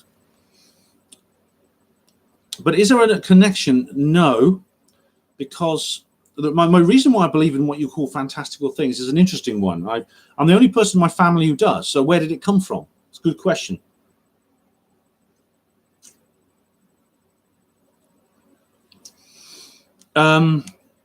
James says, Ben's conference mankini is worth the price of admission alone. James, you have to pay me a lot of money to put that on, I'll tell you. Mel O'Brien, my high school sent me to the psychiatrist due to my disruptive behavior. They ended up expelling me. Lol. That happened to me. I wasn't expelled, but Mel, I did have to see several weird people at school. I mean, I've talked a bit about my past, about how I also had some weird people visiting my family, which is a long story, which I have told in other videos. James says, Miles Jonestown strikes me as a man with rough hands. I don't know. His hands have never touched my body, so I can't tell you. Rabbit says, no one can read your mind. You can speak to them through the mind. They can't read your thoughts. I've never sort of like sat there and think to myself, well, can he read my private thoughts? But when I look at him and I say something in my head, and he says something back in my head, I've got to think to myself, something weird's going on there. Vanny Patterson, Simon Parks is the son of Ramsay Nesbitt. Oh, so he's not. Ramsay Nesbitt is human, isn't he? Yeah. Mel O'Brien says, I don't think you're a disinformation agent. If you're talking about me, I'm glad you don't know. Yeah. Where are we? James, Sylvester Stallone's mother reads bums for a living, Mr. Rabbit. She does, yes. You show her your bottom and she's supposed to be able to read your... she was on Big Brother, I remember. That was... Oh, God, that was... Yeah. Hello, Neil Desperandum. How are you? Stephen says, Page has been in dispute with his neighbour, Robbie Williams. Does Jimmy Page live next door to Robbie Williams? I think they probably get on well because he's really into UFOs. Rabbit says, Jerry Corbyn got the looks and his brother got the brains. Well, in my view, Corbyn got neither. James says, all right. No, Corbyn got the socks, his brother got the dental problems. Vania says, Piers Corbyn is right about the sun influencing weather, that it influences consciousness more. Yeah, the sun does, and the sun is amazing. We're going through a very deep solar minimum at the moment, which indicates we could be seeing rapid climate change, but not the Earth getting warmer, the Earth getting cooler. And all the current climate change alleviation projects are geared towards a warmer Earth, so it's going to catch people completely off guard. Now, Stephen, email me about this person because I'll talk to you about it privately. I don't want to go into it here.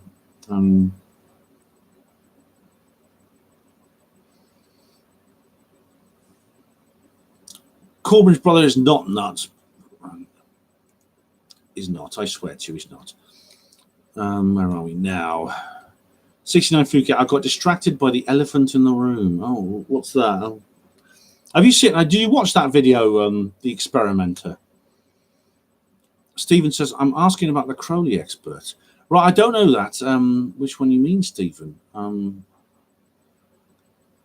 There are several people we've known who could be described that way, especially in the old David Icke forum days. Do you remember them? It was quite fun. It was fun, wasn't it? But where are we now?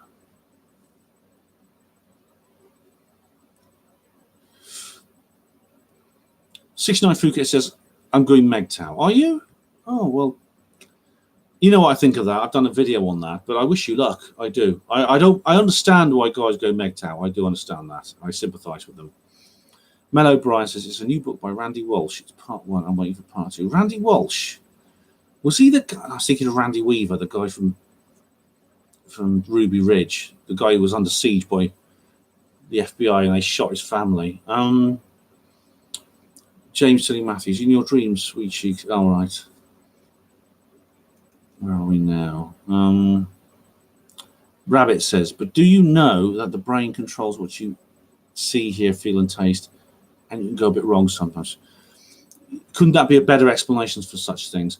Yes, the brain can do that, Rabbit. Yes.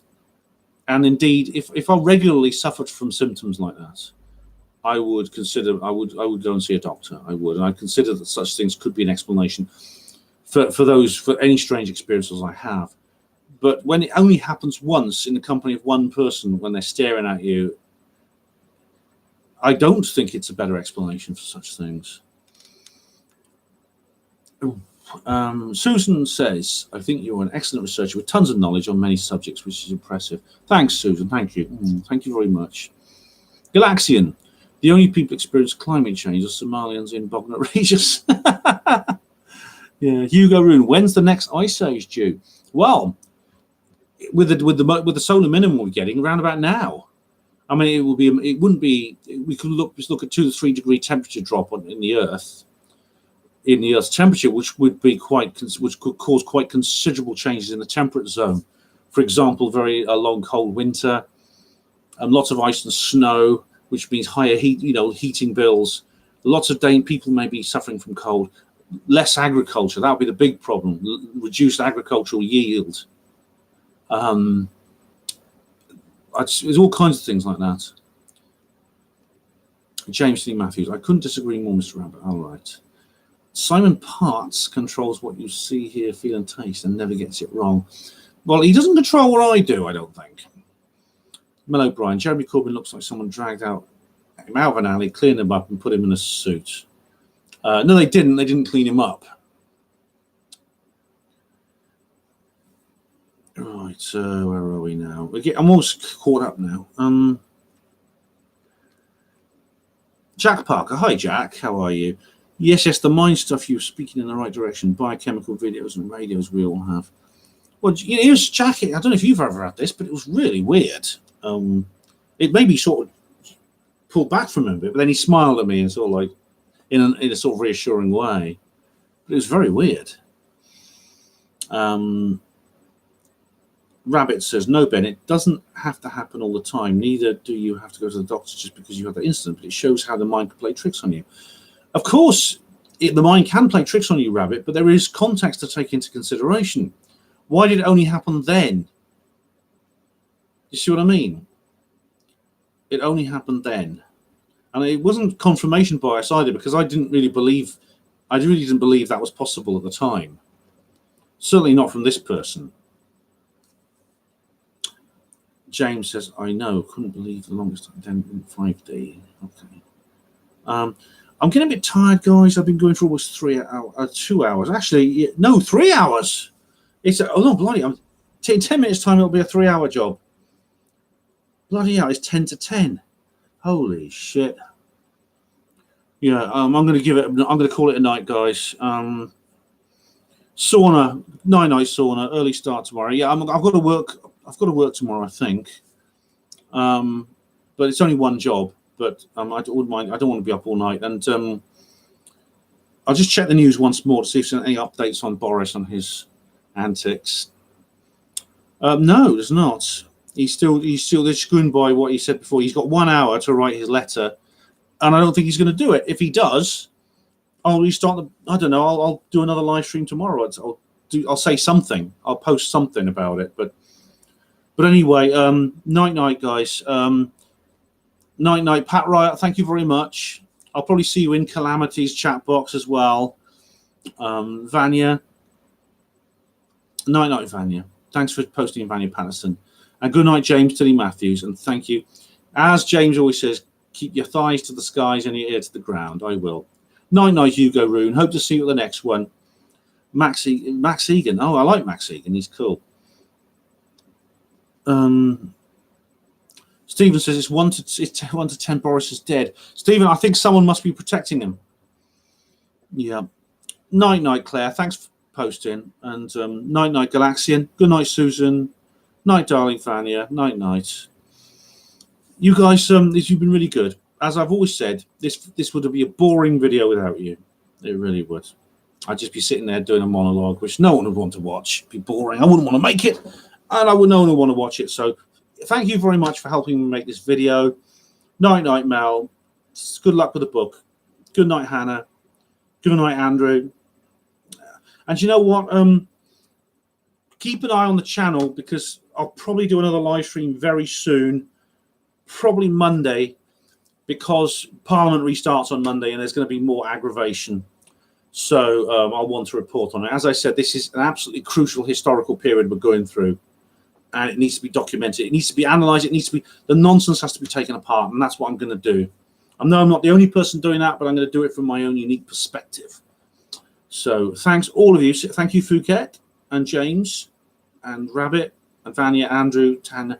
You guys take care and have a good night. And I will see you again very soon.